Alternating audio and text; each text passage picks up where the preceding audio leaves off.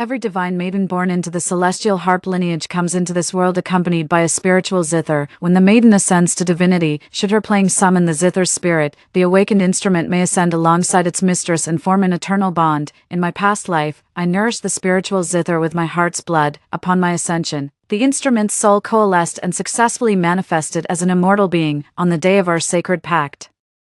The 3-year drought plaguing the mortal realm ceased, and the heavenly emperor himself appeared to proclaim me the celestial harp of destiny. Just as I was rejoicing, the Guqin spirit suddenly thrust its sword toward my chest. My sister lay in his arms, laughing with uncontrollable mirth. In that moment, I realized, even when he was still the dragon-patterned Guqin, he had already been deeply in love with my sister. When I opened my eyes again, my sister had stealthily swapped my Guqin, leaving me with her charred, unusable wooden instrument. I picked up her Guqin, chuckling inwardly. My sister never realized, without me, that dragon-patterned antique zither was just worthless junk. The agony of a blade piercing my heart still lingered as I opened my eyes to survey my surroundings. Birds trilled through the mountain valley where celestial blossoms bloomed in abundance, the patriarch of our Qin deity lineage. My father sat at the head of the hall, with elders flanking either side. Cradling my Guqin, I noticed the white gossamer robes reserved for ascension ceremonies clinging to my frame. This was the very scene from my apotheosis. My heart leapt. Against all odds, I'd truly been reborn. Today marks your sisterhood's ascension. Come, let me inspect your Guqins. Has the instrument's spirit manifested its true form? Before father's words fully faded, Lyra darted forward with her instrument cradled in her arms. She lifted the silk cover to reveal an ancient zither carved from crystal, its surface etched with dragon motifs. That was my zither. Peeling back my own cover, I exposed a charred corner, the scorched wooden zither that had originally belonged to Lyra. Calling this thing a zither is being generous. It's basically a charred piece of firewood, as splitting headaches brought back memories from before entering the Valley of Echoes. I recalled how Lyra had swapped my blood-forged crystal dragon zither for her practically unusable piece of kindling. What I'd initially taken for betrayal now made perfect sense. She too had been reborn. She knew my dragon zither would manifest its spirit and ascend to immortality today, so she forced that exchange. Her brother scolded her for such mischief. Lyra, that's Ira's zither. Give it back to her at once. The zither spirit serves as guardian to every divine zither master. Each goddess born into the zither lineage arrives with a spiritual instrument. When the goddess ascends, if her playing awakens the zither spirit, the spirit may ascend alongside her and form a pact, laying the foundation for future dual cultivation. Legends say dual cultivation between goddess and zither spirit accelerates divine power exponentially, with exceptional cases triggering celestial phenomena that earn the title of divine zither master.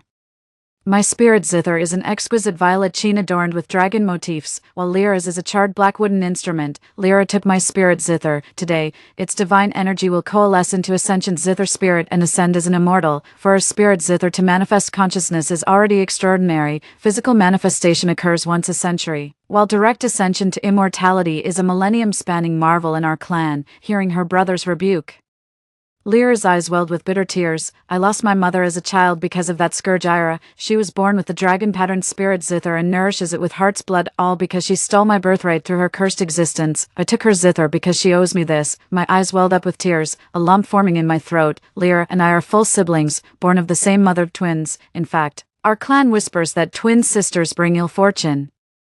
Born mere moments after Lyra, I was deemed the cursed twin when our mother died of hemorrhage shortly after my birth. Ever since childhood, Lyra has used this to torment me, accusing me of causing our mother's death and stealing the blessings that rightfully belonged to her. Because of this, father harbored nothing but utter loathing for me. In my past life, I suffered constant mistreatment, and Lyra took cruel delight in toying with me. At 200 years old, she trapped me in the Beast Valley where I fought spirit beasts until my body was nearly torn apart, until my brother found me and rescued my blood-soaked form. At 400 years old, she poisoned my tea. While I was cultivating, I nearly perished completely, but my brother channeled his divine power to save me from certain doom. At 900, she gathered a group of elder immortals to imprison and defile me. I uncovered the plot in time and told my brother, who slaughtered every last one of them. Without my brother, I would never have lived to ascend. Later, when the heavenly emperor appointed me as the celestial zither deity, she still wouldn't relent. At the height of my joy, she made the zither spirit I'd nourished with my heart's blood impale me to death.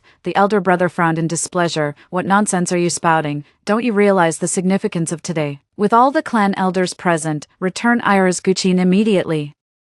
We mustn't delay her ascension ceremony. Lyra snorted coldly, ignoring her brother as she wheedled their father. Papa, I just want the dragon-engraved Guqin. Can't you make Ira give it to me, please?" Their father remained silent, lost in thought without giving an immediate answer. Seeing her father's hesitation, Lyra tugged at his sleeve with tearful desperation. "Ira's already prettier than me, healthier than me, more accomplished in cultivation. If she gains a Qin spirit too, won't she just overshadow me completely and bully me as she pleases?" Tears streamed down her face as she continued. "If Mother were still here, she'd never let me suffer like this." A cold glint flashed in Father's eyes as he stared at me. "Ira, surrender your dragon-engraved Guqin to Lyra," my brother interjected urgently. "Father, the spirit Zither is an innate artifact of the divine harp lineage's priestesses. Moreover, Ira has nourished this dragon-patterned Guqin daily with her heart's blood, transforming it from wood into amethyst crystal. Now it even shows soul-gathering properties. After all her sacrifices," Father cut him off impatiently. "Enough, she owes Lyra this debt regardless. So be it." Father's loathing runs so deep that even if I tore out my bleeding heart, he'd only see darkness. From a very young age,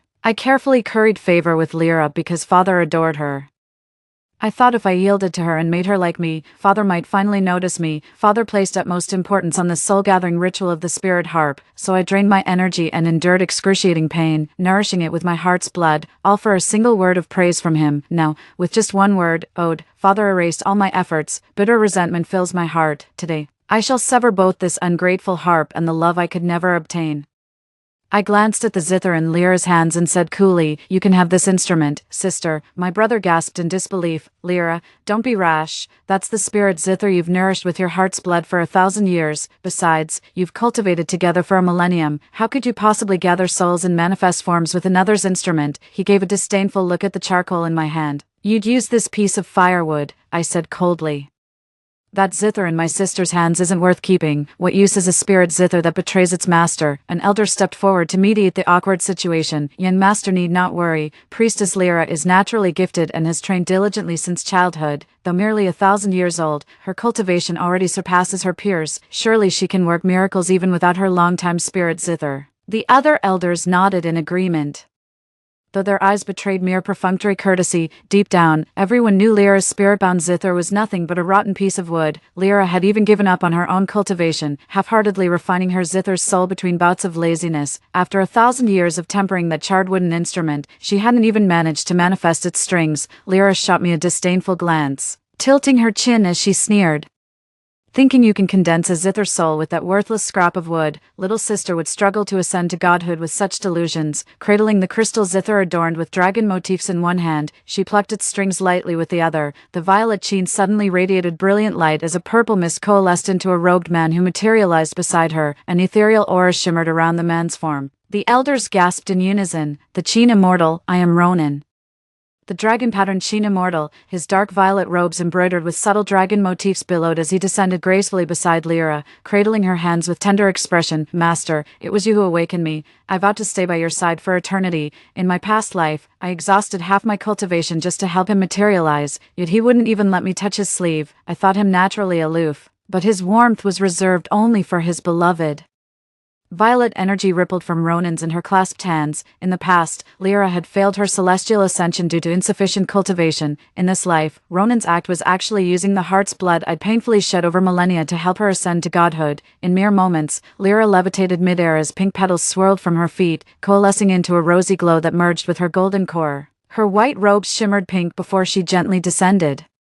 The elders and my father rose from their seats, offering their congratulations. "Hail Lyra, the Zither goddess, on your successful ascension." Her father approached her, beaming with pride. "Lyra, I always knew you'd make me proud, my child." He took Lyra's hand and led her to the center of the valley, solemnly declaring, "The bonding ceremony between Lyra and Ronan shall take place 7 days hence."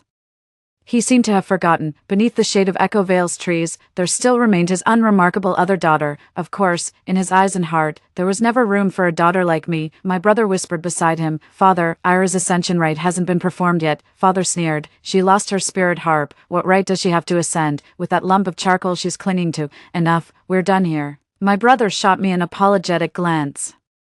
Helpless to intervene, I stepped forward and declared loudly, "Father, though my sister has ascended as the goddess of Zither, even she may not be able to end this mortal drought." Lyra's eyes flashed with defiance. "As the goddess of Zither with my spirit instrument transformed into a Zither immortal, I bear heaven's mandate. Of course I can." With a faint smile, I bowed to our father. "Should my sister fail, I humbly ask for your permission to attempt ascension. In our previous lives, Lyra had never accepted being second to me in cultivation. Now that she finally had her chance for payback, she wouldn't let it slip away. Initially, Father had considered postponing the matter given Lyra's consistently weak cultivation, but unable to resist my provocation, she was eager to prove herself before the crowd. She then wheedled Father into letting her try, and he reluctantly agreed. Lyra channeled her energy into the zither, releasing pastel-hued musical notes from her fingertips. Her melody drifted into listeners' ears like wispy smoke, yet her technique lacked vigor. While pleasing to the ear, her music was devoid of spiritual backbone. She played for a long time, her forehead glistening with cold sweat. In the water mirror reflecting the mortal realm, rivers remained parched and the earth cracked. At that moment, Ronan transformed into a wisp of violet mist, merging with the crystal dragon-patterned guqin, and Lyra's music suddenly gained a powerful resonance. I couldn't help but feel a pang in my heart. The guqin spirit I nurtured with a millennium of my heart's blood actually chose to sacrifice itself as a vessel, exhausting its spiritual energy to help Lyra summon rain. This was nothing short of shortening my lifespan to pave Lyra's path to glory. The more I reflect, the more I realize how utterly foolish I was in my past life. I always believed that since he was nourished by my heart's blood and carried my essence, our bond was naturally profound. After my elder brother, he was the closest to me in this world. Whenever I felt troubled, he was always the one I confided in, even when he mocked me with harsh words, belittling my cultivation and calling my zither playing dreadful. I just wiped my tears in secret and trained harder, yet when ascension came, he stubbornly refused to gather his soul. Only when I poured half my cultivation into the zither's melody did his scattered soul finally coalesce into a mortal form. Yet I never held it against him. On the day Ronan and I swore our celestial vows, my divine composition broke the 3-year drought, summoning the heavenly emperor himself to crown me the new goddess of strings. Little did I know, before our happiness could blossom, Ronan's blade would pierce my heart, extinguishing all joy. In my dying moments, I watched him embrace Lyra and finally understood he had fallen for my sister back when he was still trapped within the dragon-patterned guqin. The last sound I heard before darkness took me was his voice dripping with contempt. Lyra, you're the blight of the Zither god lineage, utterly unworthy of the title. Only a goddess as pure, kind and innocent as Lyra deserves to be the true Zither god. The heavens shall weep. The elders' startled cries snapped me back to reality. The world's weather in the water mirror transformed with Lyra's harp music. Dark clouds gathered, lightning flashed, and howling winds arose in an instant. As the impending storm approached, the people knelt in hopeful anticipation, gazing skyward. Even the mortal emperor roared to the heavens, "Heaven bless our great Zhao kingdom." At that very moment, a string snapped, and the music came to an abrupt halt. The dark clouds parted, revealing the scorching sun that once again dominated the sky. The elders' initial excitement plummeted into despair. The long-vacant throne of the harp deity would remain without its rightful master. Ronan emerged from the harp, his face pale with a trace of blood at the corner of his lips. Lyra flew into a rage, shouting, "This round doesn't count, let's go again." My brother said disapprovingly, "Lyra, stop being unreasonable. The strings of the spirit harp are broken and require magical energy to repair. How can you play without strings?" Seizing the moment, I addressed our father. "Since my sister failed to end the mortal realm's drought, I beg you to let me proceed with my ascension ceremony." Father was clearly reluctant, but with so many witnesses present, he couldn't very well go back on his word. Lyra looked at me and the charred lute in my hands with utter disdain. "If my little sister insists on making a fool of herself, by all means proceed. I'd love to see how a piece of stringless firewood could possibly elevate your cultivation." "Then watch closely." Elder sister, channeling half my spiritual energy, I levitated the scorched wooden instrument until it hovered midair, condensing chi into a golden dagger. I performed the millennia-familiar motion of carving out a drop of heart's blood, letting it cascade onto the lute. The charred zither instantly resonated with my divine blood, its strings transforming into the deepest ebony. Lyra gasped beside me, "That's impossible. In our lineage of zither deities, ebony strings signify supreme status, a mark only the most sacred spirit instruments possess."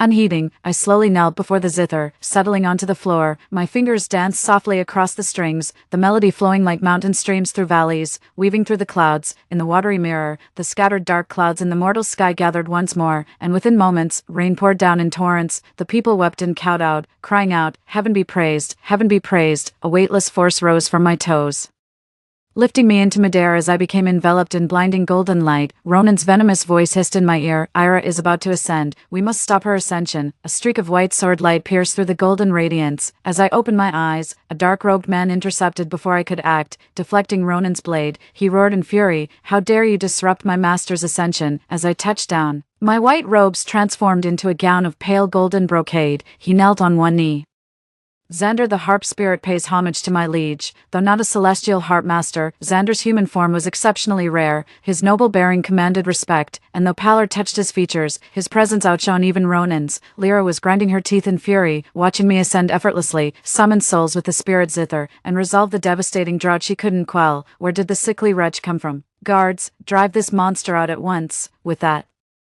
she began channeling magic to strike at Xander. I helped Xander up and projected a defensive shield. Any murderous intent from her would rebound as self-harm. She'd been wronged but couldn't speak up, so she went crying to Father for justice. Father always took Lyra's side, and now he wanted to defend her, but I cut him off with a retort. Sister, you borrowed another's cultivation to ascend. Don't forget to polish your fundamentals.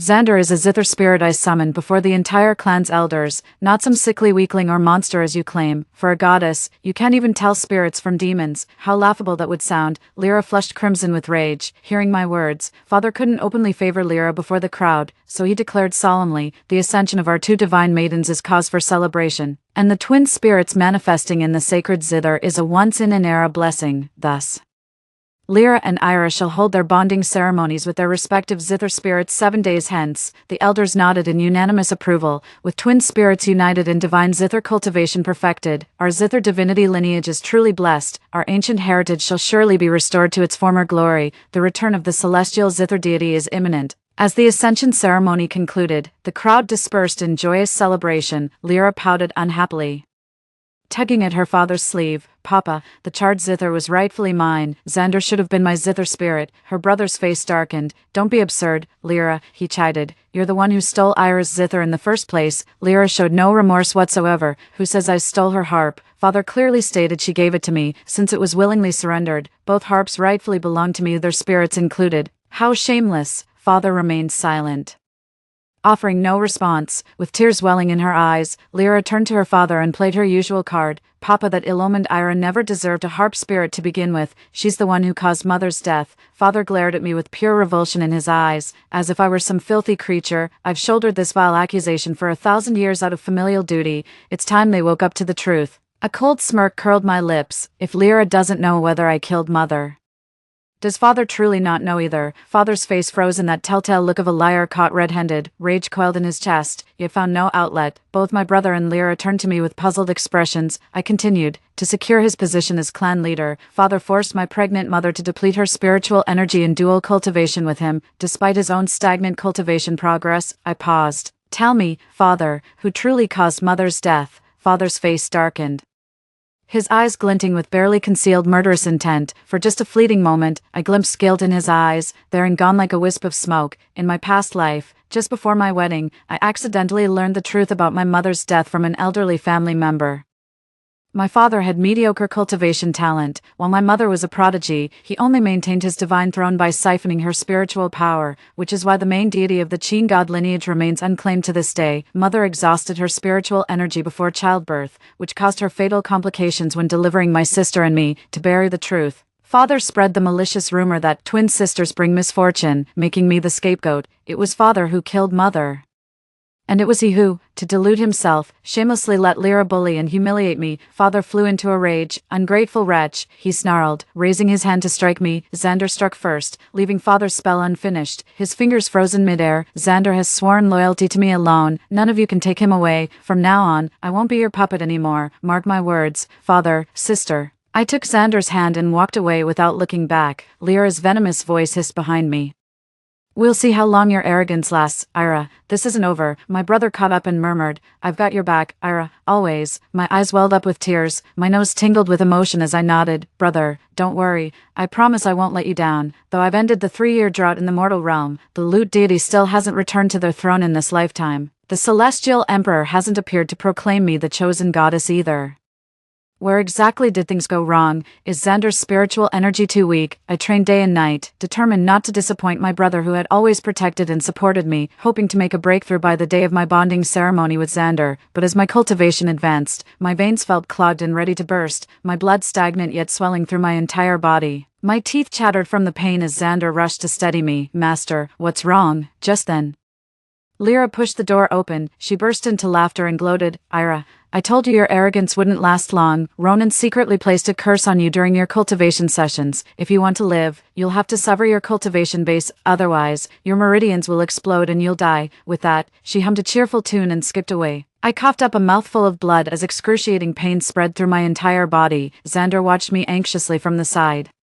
His eyes filled with genuine concern. For the first time, someone other than my brother cared for me so sincerely and wholeheartedly. I hugged him and whispered, "Don't be afraid, let's perform dual cultivation." Ancient texts mention that dual cultivation between a Zither deity and spirit can miraculously cure ailments, ward off calamities, and enhance cultivation. At this point, we had nothing left to lose. I reached for his belt, undoing it with deliberate ease. His robe slipped away, revealing smooth, bare skin. Xander's face flushed crimson. "Master," he stammered, voice catching in his throat. I silenced him with a kiss, my lips claiming his before he could protest. He froze in shock. At first he remained motionless, unresponsive. Then, tentatively, he began kissing me back. His hands cupped my jade peaks, warmth flowing into my core as our spiritual energies intertwined. To my surprise, the merging eased the pain coursing through my entire body. After our passionate union, my blood sang with vitality, weightless and renewed. My cultivation unexpectedly broke through to the divine realm. I murmured to myself, "I'm healed." A halo of white light shimmered around Xander's form. A prismatic glow plunged us into momentary chaos before our surroundings cleared into crystalline clarity. Xander actually ascended to become a Zither immortal too.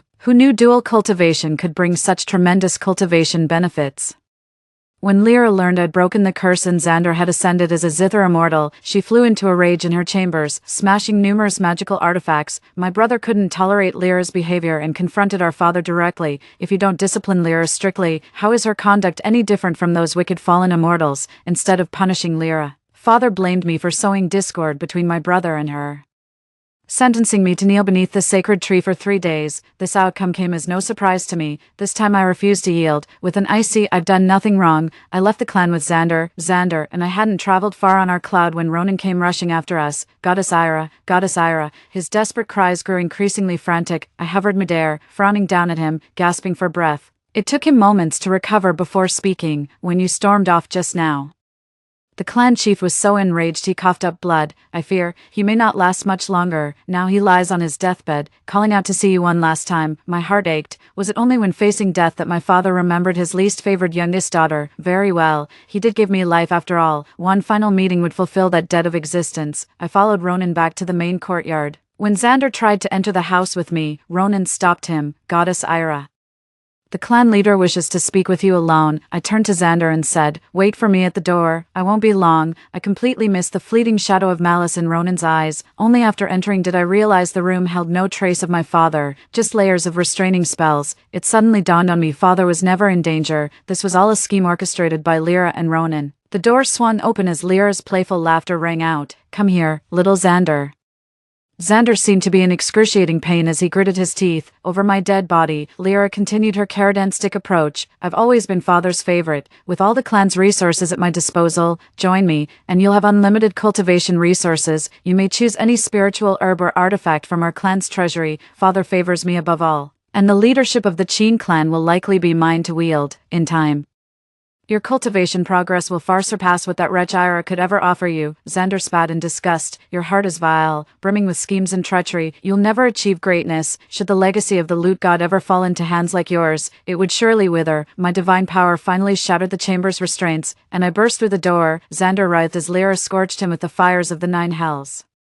Coddled by her father since childhood like a precious jewel, she'd never endured such contempt. In her fury, she conjured a blade of pure energy and drove it through Xander's shoulder. Before I could intervene, I backhanded Lyra across the chest, then redirected the netherworld flames from Xander's body onto Ronan.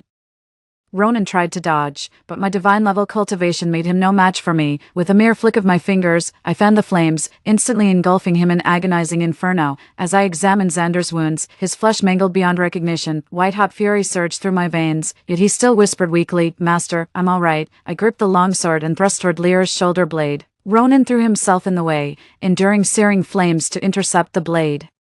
A cold laugh echoed in my mind. Did he truly believe a millennium nourished by my heart's blood would stay my hand? Without blinking, I drove the sword through his chest, the steel emerging to pierce Lyra's shoulder. Lyra let out a pained scream. Without even glancing at her, I scooped up Xander and retreated to my chamber. Xander's injuries were severe. I'd resigned myself to his prolonged recovery, preparing for his absence at the bonding ceremony. Yet after our dual cultivation, his wounds miraculously healed completely. This time he took extraordinary initiative. Afterwards, his body radiated not just white light but a dazzling prismatic glow, showing faint signs of divine ascension. A Qin spirit's cultivation potential is intrinsically tied to its spiritual instrument. That charred wooden Qin I obtained from Lyra, her lifelong companion, was practically worthless. No better than a piece of firewood, even with the immense spiritual power of my heart's blood essence. It would be nearly impossible to boost Xander's cultivation to such heights in such a short time. I couldn't help but voice my doubt. Xander, where did you truly come from? I don't know. All I know is that your heart's blood awakened me, and you're the one I'll follow for eternity. Xander looked pitiful, like a frightened puppy afraid of being abandoned. My heart ached as if seeing my childhood self reflected in him. I nestled deeper into his embrace, wrapping my arms around his neck. We'll stay together forever and always. On the day of the bonding ceremony, after paying homage to heaven, earth, and ancestors, we were to form blood pacts with our respective Zither spirits beneath the sacred tree. Though Lyra and I should have performed the ritual simultaneously, Father, resenting my defiance, deliberately slighted me by letting Lyra and Ronan proceed first, establishing hierarchy. A shrewd glint of calculation flashed in Lyra's eyes as she and Ronan drew daggers across their index fingers. Blood dripped into the ceremonial bowl, but instead of sheathing their blades, they chanted incantations before driving the daggers into the tree's trunk. The divine tree of the Qin god lineage serves as the gateway between the celestial and demonic realms. In an instant, the once vibrant sacred tree teeming with birds and beasts began emanating dark miasma. Hordes of demon soldiers descended through the divine tree into the valley. My father and the elders all turned pale with shock. Lyra laughed maniacally at me. Ira, so much for your supreme cultivation. With the demonic clans backing me now, the entire Qinshan lineage will soon bow before me. Let's see how you dare oppose me. The elders erupted in condemnation upon witnessing Lyra's collusion with the demonic forces. Ira, you're bringing disgrace upon our Qinshan heritage. You're jeopardizing the very safety of the celestial realm. Unrepentant, Lyra sneered. You all supported that bitch Ira as Qinshan. You deserve what's coming. I channeled my divine power, staring coldly at her. To this day, she remains unaware that while we receive nature's spiritual blessings, we must also bear the sacred duty of delivering all living beings. The demon soldiers rampaged through the valley, wantonly destroying celestial artifacts while attempting to breach the barrier and invade the heavenly realm. The demon commander severed my father's arm, while my brother was being forced into continuous retreat. Lyra and Ronan clasped hands tightly as dark energy swirled violently around them. Xander shouted to me, "Damn it, they're trying to unleash the demonic apocalypse magic." A howling gale swept through the valley, knocking birds and beasts from the sky as they attempted to flee. The once idyllic valley now resembled a nightmarish demonic lair. I shouted, "We must stop them," Xander said. "Use the harmony technique." He leapt into the air, his dark robes billowing as an obsidian Qin materialized from his golden core with a resonant hum. His entire being radiated iridescent light as his plain black robes transformed into magnificent dragon-embroidered silks. Xander ascended to godhood, revealing himself as the legendary Grandmaster Orion, the divine harpist. Hovering above me, he extended his hand. "Ira, come." His firm grasp enveloped my hand as divine warmth pulsed between us. "Ira, close your eyes, still your mind and join me in chanting the incantation." Following his spiritual consciousness, I entered a new realm, a world of pure white where Xander and I stood upon endless clouds. Xander said to me, "Ira, summon your Zither and play from the heart." I manifested the instrument. But it was no longer the charred wooden Zither. It had transformed into a divine jade Qin. Xander sat facing me, an identical Qin placed before him. With my whole being, I perceived the devastation of the Loot God Valley and its suffering inhabitants. Then visions of drought-stricken mortals in the human realm flooded my mind, expanding across all three realms. Music flowed from my fingertips like pearls cascading onto a jade plate, as the final note faded. I opened my eyes to find Xander and myself back in the Loot God Valley. The dark mist dissipated as demon soldiers collapsed. Lyra and Ronan lay motionless, grievously wounded by our lute's resonance, vomiting blood in great gouts. Father's spiritual power had nearly depleted entirely, reducing him to a mere mortal without cultivation. The great calamity was quelled through the combined efforts of Xander and myself. The celestial emperor arrived upon hearing the news. and the crowd, still visibly shaken, immediately prostrated in reverence. Standing midair with hands clasped behind his back, the celestial emperor solemnly declared, "The reappearance of Orion, the sage of the Zither, across the three realms heralds the return of the Zither deity's sovereignty." He gazed at me quietly. "Was it you who awakened Orion, the saint of strings?" The clan members finally grasped the situation, whispering among themselves, "Wasn't Xander just a Zither spirit? He's actually Orion, the saint of strings." It turned out that after the previous Orion's passing, a wisp of his lingering soul wandered through the three realms until fate led it to inhabit that charred wooden Zither. My heart's essence reconstituted his 3 spiritual souls and 7 physical souls, giving him form. He was never merely a Zither spirit, but an ancient deity from the dawn of time. The celestial emperor's resonant voice echoed through the valley. "Goddess Ira of the Zither has awakened Sage Orion to quell the demonic uprising and end the mortal realm's drought. Having fulfilled this sacred duty, she shall henceforth be known as the heaven-mandated Zither deity, taking her place among the celestial pantheon as sovereign of mortal melodies, and be granted the luminous Zither palace in the heavenly realms." With these final words, he vanished into the boundless firmament, adorned with divine coronet. My status became ineffably exalted. My elder brother led the kneeling obeisance as the primordial deity returned to the throne, moving many elders to tears.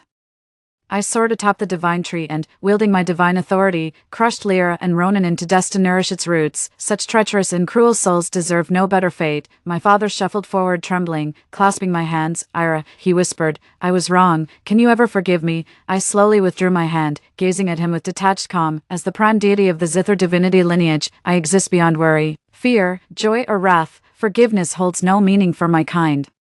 But as his daughter, I shall never grant him absolution. With father's spiritual power completely drained, he could no longer serve as clan leader, so my brother succeeded to his position. I'm leaving for the celestial palace, and my brother came to see me off before my departure. His eyes welled up with tears as he sobbed like a child. "Ira, don't forget about me, your brother. You and Xander must visit often. For 1,000 years, my brother has been my only source of warmth."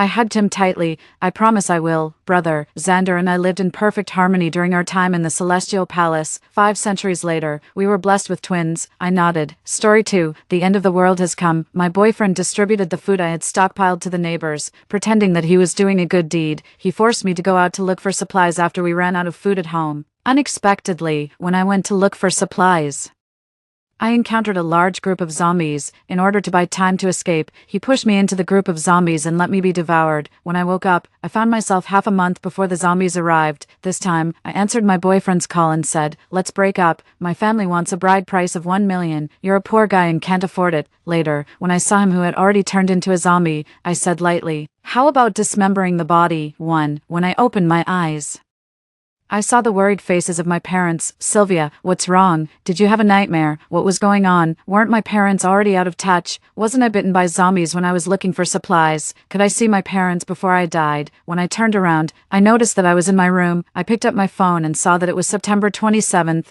2030. Wasn't it 2031? Had I been reborn? At this time last year, I had National Day off and went home to see my parents.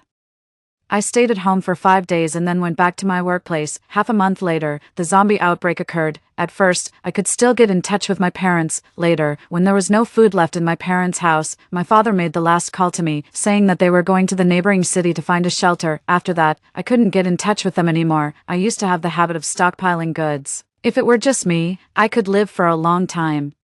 But my saintly boyfriend secretly distributed the food to others. After the food was eaten up, I had no choice but to go out to find supplies again and again. When I was looking for supplies, I unfortunately encountered a group of zombies. My boyfriend pushed me into the group of zombies to buy time to escape, and I was infected by the zombies and died. Coming back to my senses, my nose twitched, and I hugged my parents. "Mom and Dad, I miss you so much." My mother quickly hugged me back. "Oh, what's going on? Were you bullied at work? If so, come home. We can support you." "Yes, if it's like that, come home." My father echoed, "Let's have a meal. Your mother made your favorite braised pork." I sat at the dining table and ate ravenously. I almost burst into tears. I hadn't had a proper meal for a long time. I had the habit of stockpiling goods. Before the end of the world, my refrigerator was full, and I had several boxes of instant noodles.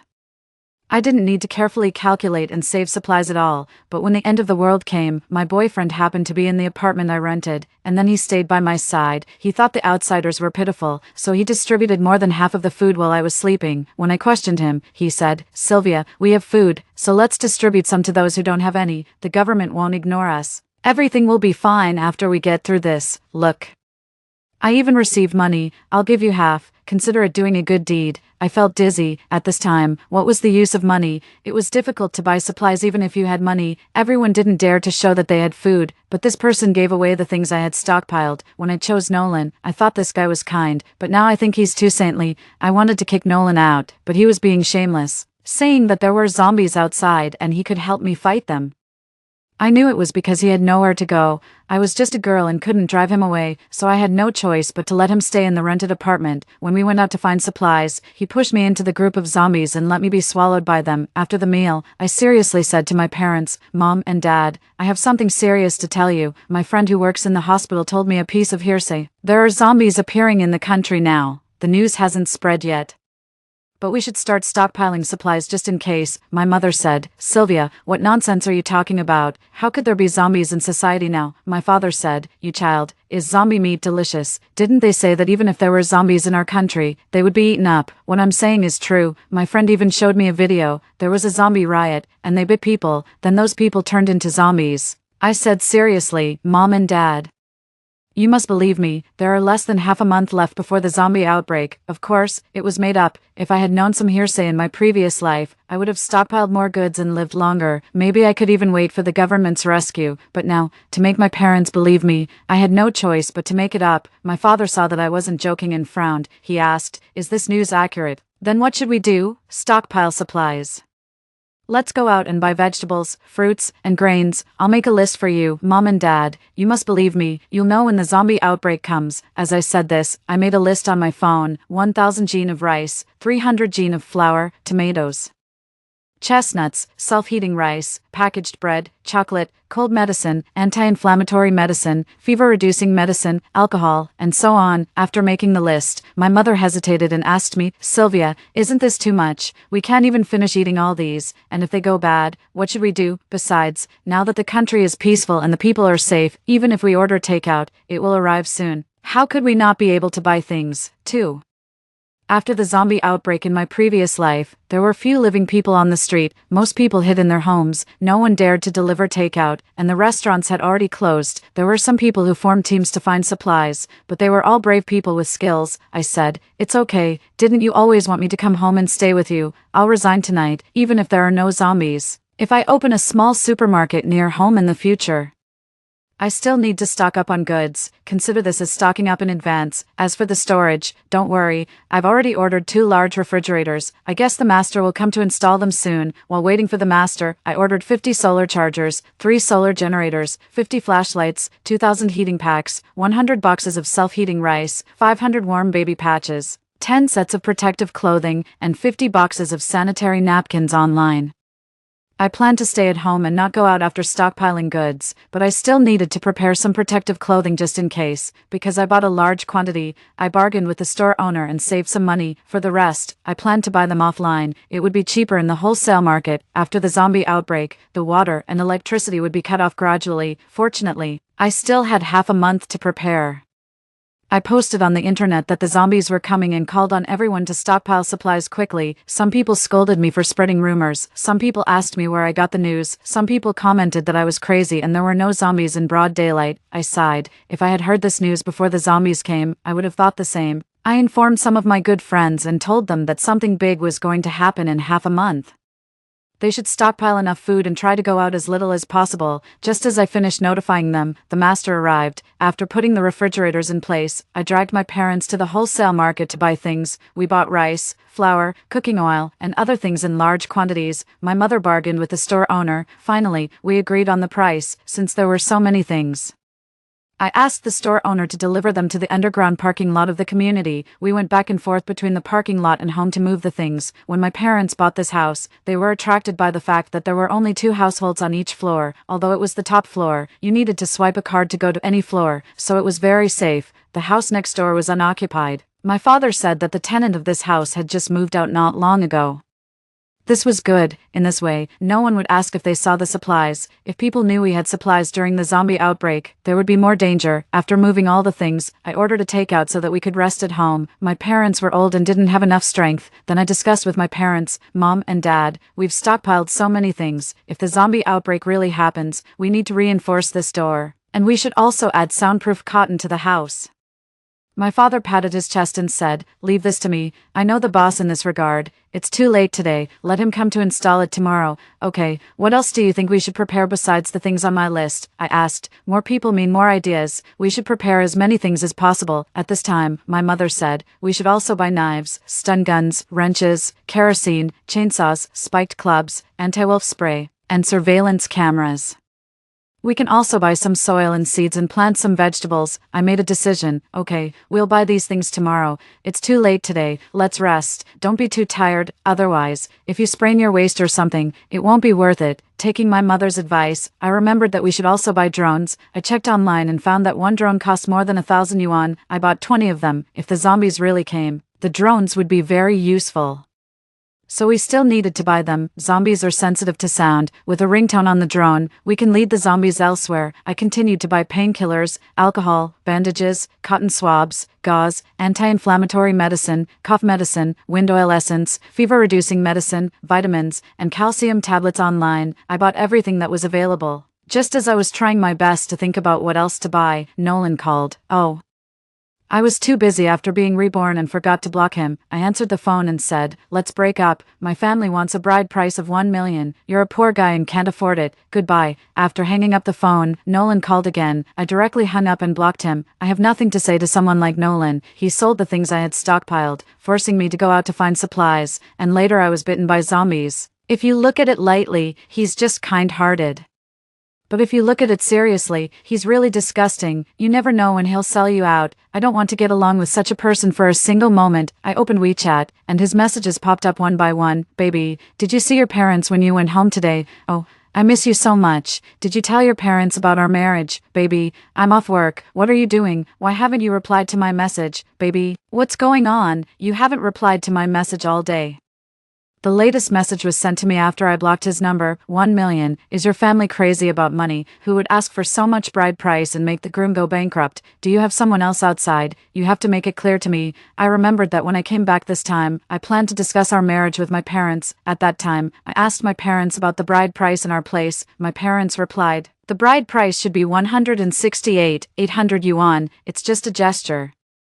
We'll give Sylvia a house and 300,000 yuan as the dowry. Sylvia, since you don't like driving, we'll convert the money for buying a car into cash and give it to you. One requirement is that you should make it clear about the bride price with the man's side first. If they agree, then you can tell them about the dowry." My mother told me, "Our family is well off. 168,800 yuan for the bride price is indeed not much. Moreover, according to the customs in our place, the bride price is usually 188,000 yuan, 208,000 yuan, or 288,000 yuan. I have no objection. In my previous life, after I went back, I told Nolan about the bride price, and he was in a difficult situation. He said that he had only worked for a few years and couldn't afford 168,800 yuan. He didn't want to be in debt because of marriage, and he didn't want his parents to use their pension money for the marriage. He wanted to rely on his own ability and asked me to wait for a few more years. I was almost laughed out of anger. I said that I was already 25 years old. Why should I wait for a few more years? Why don't I find someone better? Suddenly, he had an idea and asked me if I had saved some money. He had 60,000 yuan, and if we added my money and took out a loan of tens of thousands of yuan, we could get married. I was completely speechless. On a whim, I asked, "Do we have to pay back the tens of thousands of yuan we borrowed together?" When he heard this, his eyes lit up. "Sure."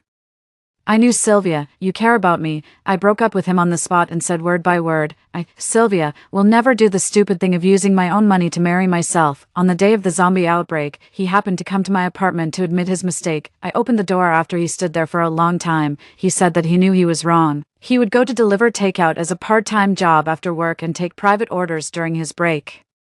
He was working hard to make money and had lost several pounds. I felt sorry for him, so I opened the door to listen to his excuses. Just then, my friend called and said, "Sylvia, there's a zombie outbreak. Are you at home? Don't go out." We quickly looked out the window and saw zombies biting pedestrians on the street. Nolan quickly patted his chest and promised, "Sylvia, I can definitely protect you. Men are strong." I thought that after all, he was a human life. If we went out, we definitely wouldn't be able to survive, so I let him stay in the apartment. Who knew that I had kept a disaster? I sneered and blocked all his contact information. What a thing, he's so disgusting. The messages I sent to my friends earlier had replies. They were all asking me what the big thing was. I replied one by one. You may not believe it, but I dreamed that there would be a zombie outbreak in half a month. Then I chose my best friend Rose, who lived closest to my apartment. If you're free in the next 2 days, help me pack my skincare products, cosmetics, nutritional products, laptop, tablet, and winter clothes in my apartment, and you can take all the other things in the refrigerator that you like. I don't plan to live in that apartment anymore. Love you, Rose replied instantly. What's going on? You really don't plan to come back just because of a dream? Me, yeah. I plan to stay at home with my parents. I have a hunch that this dream is very real. You should also try to stockpile some food at home. Rose sent a laughing emoji. Okay, I don't really believe in this kind of thing. I'll help you pack when I'm free on the weekend. Me, okay, there's a mat at the door of the apartment, and the key is underneath. After you pack and send the things back to me, you can take whatever you like. There's a lot of food in the refrigerator. Remember to take it, or it will be wasted. Rose, okay. 3. The next day, I went to buy lottery tickets. Why didn't I buy them on the first day? Because I don't usually buy lottery tickets. I just remember that the lottery numbers for the draw on September 28th are exactly my birthday. My friends who buy lottery tickets every day called and shouted, saying that they should have bought the numbers of my birthday. I couldn't miss this opportunity. After buying the lottery tickets, we went to the supermarket to do some shopping. Each of us had a shopping cart. First, we bought the seeds of vegetables and fruits. We took whatever we wanted to eat or drink. We got 2 boxes of milk and 2 boxes of yogurt. There's no need to take too many things that are not easy to preserve. We took several boxes of various beverages, a vacuum sealer, portioning boxes, and packaging bags. 2 shopping carts were filled up. We bought potato chips, shrimp chips, biscuits, chocolate, compressed biscuits, instant noodles, canned fruits, honey, canned meat, pasta, milk powder, seasonings, pickled mustard, tuber, ham, instant noodles, dried radish, soybean milk powder, oatmeal, dried sausage, and so on. Obviously, 1 shopping cart per person wasn't enough. We pulled 3 more shopping carts over, and all 6 shopping carts were full. When we checked out, the salesperson was stunned. While quickly scanning the items, she asked us, "How many people are there in your family? Why are you buying so many things?" My mother smiled and said, "That's right.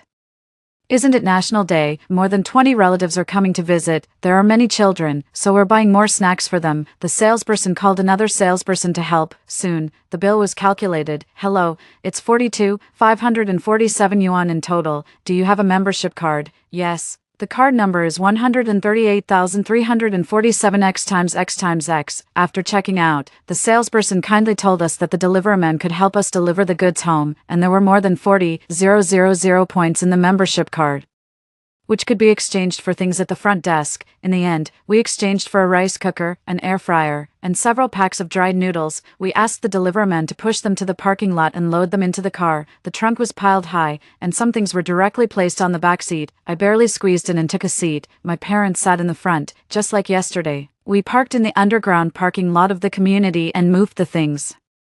After moving the things, we put the things we bought yesterday and the various foods we bought today in the refrigerator and the kitchen cabinets. By the time we finished, it was almost noon. We waited for a while, and the workers who were going to install the fortified door and the soundproof cotton came. My father chose the sturdiest bulletproof door and paid extra money to ask them to rush the installation. With the money in place, everything was easy to handle.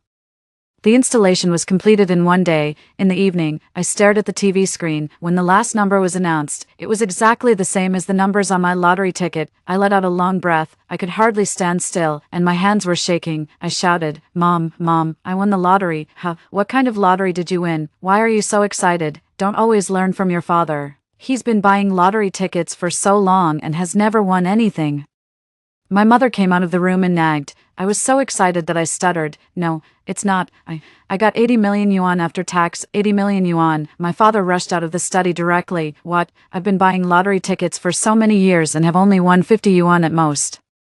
The three of us looked at the lottery ticket over and over again. Finally, we put it away with silly smiles. On the third day, I went to claim the prize wearing a mask and sunglasses. After deducting the tax, I saw the number on the bank card and couldn't stop smiling. I immediately asked the real estate agent to check if the house next door was listed for sale. It really was, and the price was 6 million yuan. I directly asked the agent to contact the seller after negotiating the price.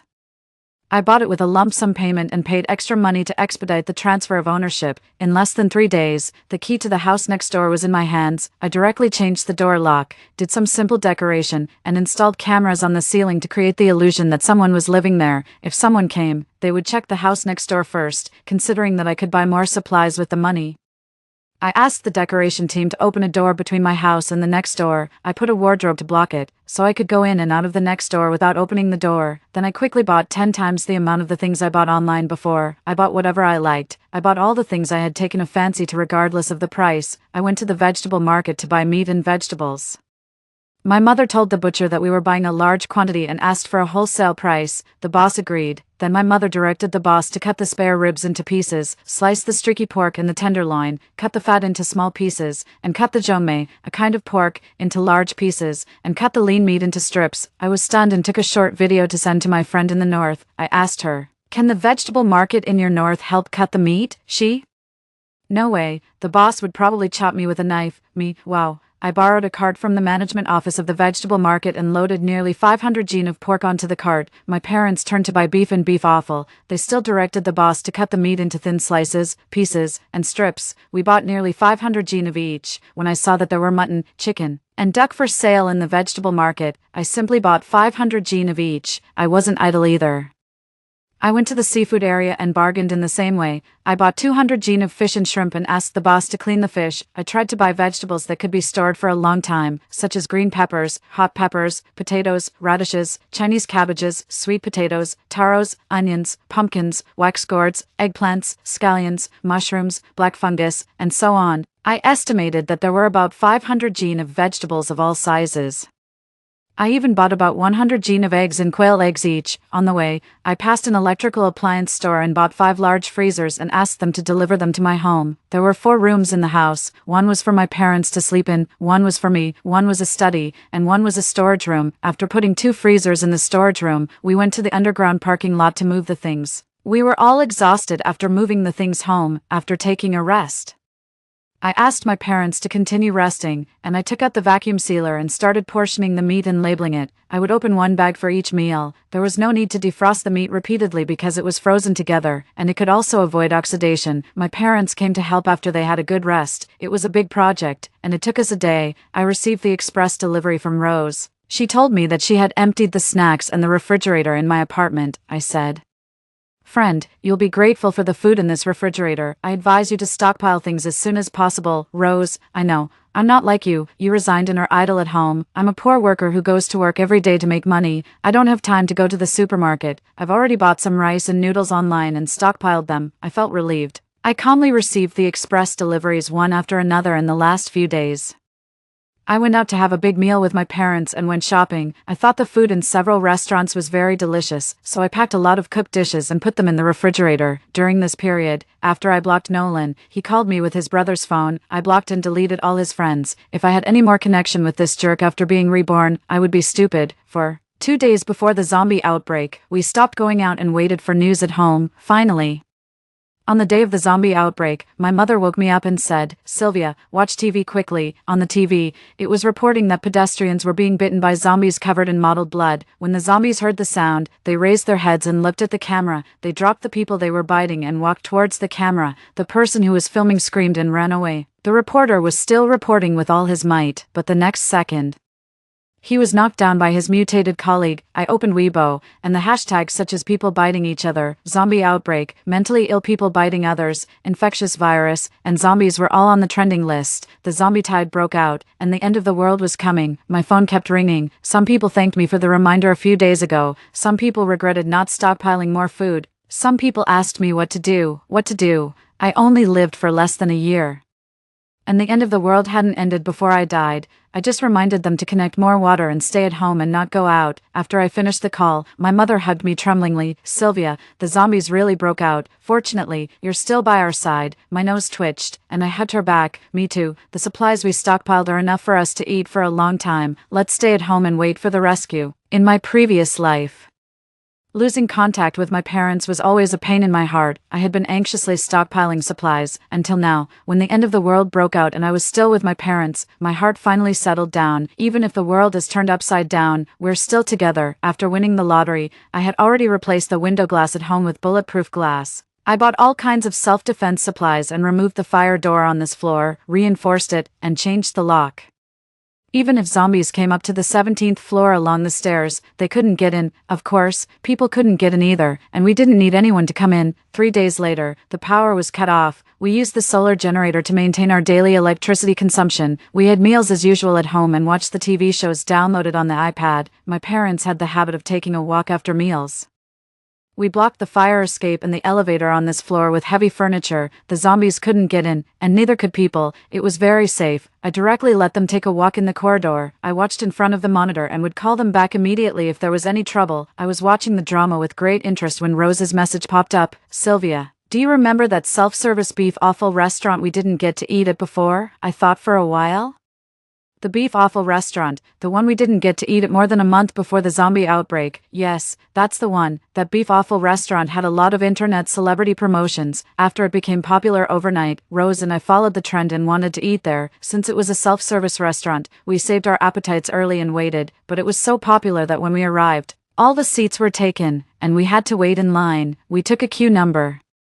There were still 40 people in front of us. The boss's daughter said bluntly that she couldn't guarantee when it would be our turn. We could go to the milk tea shop on the left and have a cup of milk tea while waiting. I looked at the milk tea shop on the left. The place was too small, and we would be sitting inside, so we went to the spacious milk tea shop on the right. We ordered milk tea and played games while waiting. During the waiting process, we heard other customers say that the milk tea shop on the left had a cooperation with the beef offal restaurant. Because we were sitting in the milk tea shop on the right, they wouldn't make up for the missed number. At that time, we didn't pay attention. When it was almost our turn, we focused on listening to the queue number. When our number was called, we rushed over. As soon as we arrived, the next number was called. We handed over the queue number, and the boss's daughter said angrily, "You missed your turn." Next, I said that it was just a few seconds late. We had been waiting for 3 hours. Could they make up for the number? As a result, she scolded us. "Didn't I tell you that we don't make up for missed numbers? You were sitting so far away that you couldn't hear the call. It's the next one." I was stunned. My anger flared up. "We came as soon as our number was called. When you started calling the next number,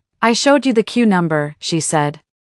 "You missed your turn. If you cut in line, others will also cut in line. How can we do business like this?" I was so angry that I was shaking, and my voice grew louder. "If you really don't believe it, go check the surveillance and see if I came when my number was called. We're already here, and you're saying we were too far away just because we didn't drink milk tea at the designated milk tea shop." She glanced at me and threw out a sentence. "You're crazy." After this commotion, we didn't want to eat there anymore, so we went to another restaurant. While having a meal, Rose complained, "I've never seen a store doing business like this. I hope this store goes out of business soon." Coming back to my senses from the memory, I found that Rose had sent me a video. I clicked it open. The video was taken with a zoom, and it was a bit blurry, but it didn't stop me from seeing clearly. The boss's wife of the beef offal restaurant was wailing in the store. Zombies are sensitive to sound, and soon a large number of zombies were attracted. She hurriedly covered her mouth and held the door, but there were too many zombies, and she couldn't hold the door and was bitten to death. Rose sent a voice message. This was sent to me by my friend who lives in the community opposite the beef offal restaurant. The boss's family all live in that community. Someone in the group asked if they could sell some beef offal to them because they had no more stored food. The boss's daughter directly said impatiently that she couldn't sell it. All the food was in the store, and she gloated, saying that she had rice and vegetables at home and would eat them herself, and it was impossible to sell them to others. This reminded these people. They quietly went there when it was dark. Fortunately, they didn't encounter zombies and moved some of the food in the store. When the boss's daughter found out, she was so angry that she cursed in the group. She also wanted to go with the boss to move the things back when it was dark, but they didn't come back all night. The boss's wife wanted to go out and look for them. As a result, she saw the remnants of her husband and daughter in the beef offal restaurant and wailed. Then she was bitten by zombies. After someone recorded a video and sent it to the group, a few people pried open the door of her house. After confirming that there was no one at home, they took all the food they could find. I listened with great interest and summarized with Rose that we should not reveal that we have supplies, not take the lead, and not go out. After all, for me, it was just the death of someone I didn't like, and there was nothing to feel sorry about. I could only use it as a warning not to reveal that we have supplies. Anyway, I have reminded all the friends I should remind. In my previous life, Rose was bitten by zombies on the way back from work on the first day of the zombie outbreak. I asked Rose to go to my house to pick up things and send them by express. The main purpose was to let Rose take the supplies. Even if she didn't believe my dream, it could ensure that she survived. But she is also someone who listens to advice. She said she didn't have time to buy things, but she spent most of her savings on buying supplies online, and my 2 houses, each over 200 square meters, are stuffed with supplies, which is enough for us to live for more than 10 years. We can live our lives in peace and not cause any trouble. I don't believe that I can't wait for the zombies to be eliminated in 10 years. 6. It gets dark before 7 o'clock in the evening here. Once the power is out, we pull up the blackout curtains in the room. They are specially customized, and no light can get out. On the 20th day of the zombie outbreak, the network hasn't collapsed yet, but the power hasn't been restored, and few people are speaking in the homeowners group. The country sent planes to drop supplies, but there are too many people and too few supplies. Moreover, there are zombies wandering inside and outside the community. Some people saw the dropped supplies and went to grab them. Those who were lucky enough to avoid the zombies could come back. Those who were unlucky were bitten by zombies and turned into zombies to bite the next person. I saw someone carefully making their way to the edge of the supply package. They picked up a large package of supplies and wanted to run back, but they were knocked down by suddenly emerging zombies at a corner and let out a shrill scream. I also saw a woman grab the last package of supplies, but a man snatched it away. When the woman finally caught up with him and tried to take it back, the zombies caught up during the struggle. No matter how hard the man kicked the woman, she held onto his pants leg desperately. A few seconds later, both of them were overwhelmed by the zombies. If you can't get supplies, you'll be hungry, and if you're hungry, you'll die. At this time, food is more important than human life. On the 40th day of the zombie outbreak, the water supply was cut off. We started saving water. The water for washing rice was used to wash vegetables, and the water for washing vegetables was used to mop the floor and flush the toilet. Most people had no more food, and many people chose to go out to find supplies. There were remnants of limbs everywhere in the community, and the number of zombies increased. There are zombies in the underground parking lot, and ordinary people don't dare to drive. But some families have electric scooters. I saw a boy carrying an empty backpack and driving a scooter to deftly avoid the zombies and leave the community. When it was almost evening, I saw him barely avoid the zombies and come back. I quietly checked with a drone. There are probably only 7 or 8 households of living people in our building. It will be even harder to live without water. In a while, there may only be the 3 of us left in this building. As for the garbage we produce, when there was water, we use the kitchen garbage disposer to deal with the garbage. Now we separate the dry and wet garbage. We save the garbage that must be thrown away for 2 or 3 days, and in the early morning, I secretly fly the drone to throw it away in a distant place. By the way, I take a look at the city. So far, the city is still surrounded by zombies. The once prosperous streets are now only filled with wandering zombies. On the 90th day of the zombie outbreak, it has been a month. And it rained in the morning. My mother said, "Let's eat dumplings today. It's getting cold, and hot dumplings can warm our stomachs." So we got busy. Some of us mixed the stuffing, and some of us kneaded the dough. I turned on my phone and started watching a TV drama while working. Suddenly, a message popped up. Someone claiming to be from the government established a shelter in the neighboring city, which can protect everyone from being bitten by zombies. They called on everyone to go there with their families and supplies, and each person needed to pay 20 gin of rice as a fee. Something flashed through my mind. I asked my parents to show me their phones. They all received this message, and the day when my parents lost contact in my previous life was not long after receiving this message. The shelter may not be a real shelter. In my previous life, my parents may have lost contact because of the shelter. I said, "We have a lot of stored supplies, so we don't need to care about this." My parents nodded in agreement. 7. After the dumplings were cooked, the steaming fresh meat dumplings made me have a good appetite, and I ate a lot because I was greedy. I felt uncomfortable because I was too full after the meal, and I couldn't fall asleep at night. I got up and moved around. As usual, I hung the garbage on the drone and flew it to a distant place. I found this place some time ago. It's 7 or 8 kilometers away from home, and there are few zombies. After throwing away the garbage, just as I was about to control the drone to fly away, I saw a boy about 10 years old rush out and pick up the garbage, searching for any leftover food. Since we ate dumplings tonight, there were only some boiled and rotten dumpling wrappers left. There were also the apple peels that were peeled off when we ate apples yesterday. The apple peels had a smell after being left for a day.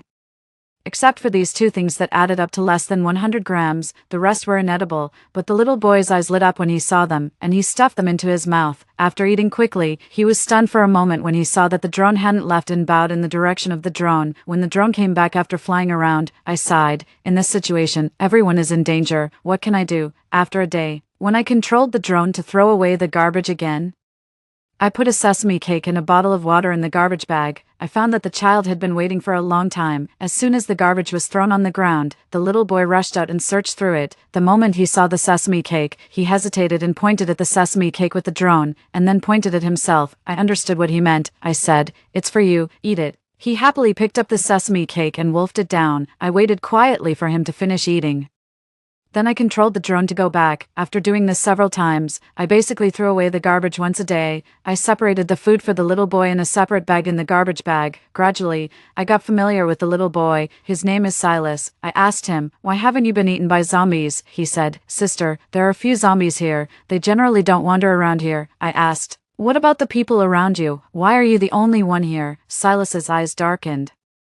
"I'm an orphan, I have no relatives and have been living by begging. I live in the garbage dump. One day when I woke up, all the people on the street had turned into zombies. I kept praying in my heart that the zombies wouldn't come near. I don't know why, but there have been no zombies around here." I frowned. I asked again, "Who gave you this name?" He looked blank. "I don't remember. I've been called this since I can remember. I didn't hear this name in my previous life." Because the zombie tide would besiege the city soon, I reminded him, "You'd better find a tall building to live in. The lower floors are not safe. My house is on a high floor, but I don't dare to expose my location to save a person I've only met a few times." Silas listened to my words and moved to a tall building not far away. I'm not sure if he can survive after the zombie tide, as the zombie tide was approaching. I tried to stuff the garbage bag as full as possible every time I threw away the garbage. I gave him enough food to last for half a month, and I told him, "These days are not peaceful. I won't send out the garbage anymore. Don't go out to look for food unless it's urgent." He pursed his lips and nodded seriously. 8. We stopped cooking at home. We only ate dry food and drank water every day. We lived in fear for a week. The zombie tide still didn't come. I was a bit confused. This is the time when I died in my previous life. I can't be wrong. Why is there a change? Another week passed. The zombie tide still didn't come. There was a lot of garbage piled up at home. I used the drone to take it out. By the way, I checked if Silas was okay. He was still living in the tall building, but the situation was not good. He was lying in bed, motionless, when he heard the sound of the drone. He barely opened his eyes and said hoarsely, "Sister, I seem to have a fever. Do you have any medicine?" I quickly controlled the drone to go back and bring medicine. He propped himself up, took the fever-reducing medicine, and fell asleep in a daze. I said, "I'll come to see you earlier tomorrow. You can go to sleep now." The next day, I controlled the drone to bring him a bag of food before evening. He seemed much better. He said, "Sister, I seem to be able to control the zombies." My hand controlling the drone trembled violently. What? He told me what had happened recently. He listened to my words and stayed at home honestly for a week, but it was calm, and because he was young and couldn't stay still, he went out for a stroll. He saw a very beautiful butterfly and wanted to catch it to accompany him. As a result, he unconsciously ran a bit far. He met a few zombies walking towards him. They were covered in blood and in a mess. Anyone would be scared when they saw the zombies. He was no exception. He was so scared that he screamed and shouted for them not to come. As a result, those zombies really stood still. He realized something and asked them to turn around. The zombies obediently turned around. Later, he tried to ask the zombies to carry things, run, and catch mice. The zombies did as they were told. The zombies even found a bicycle according to his instructions and rode it back for him.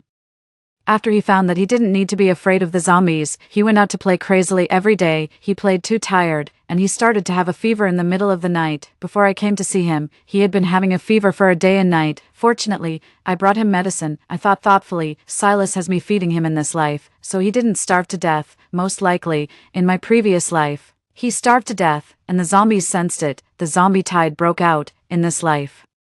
He is still alive, so there is no zombie tide. Thinking of this, I couldn't help but feel lucky. Fortunately, I was afraid that Silas didn't have anything to eat, so I came to see him. Otherwise, if he was seriously ill and died, would the zombie tide break out? After Silas recovered, I asked him to show me how to control the zombies again. I found that the zombies really listened to his instructions as he said. I struggled for a long time and asked Silas if he wanted to go to the capital.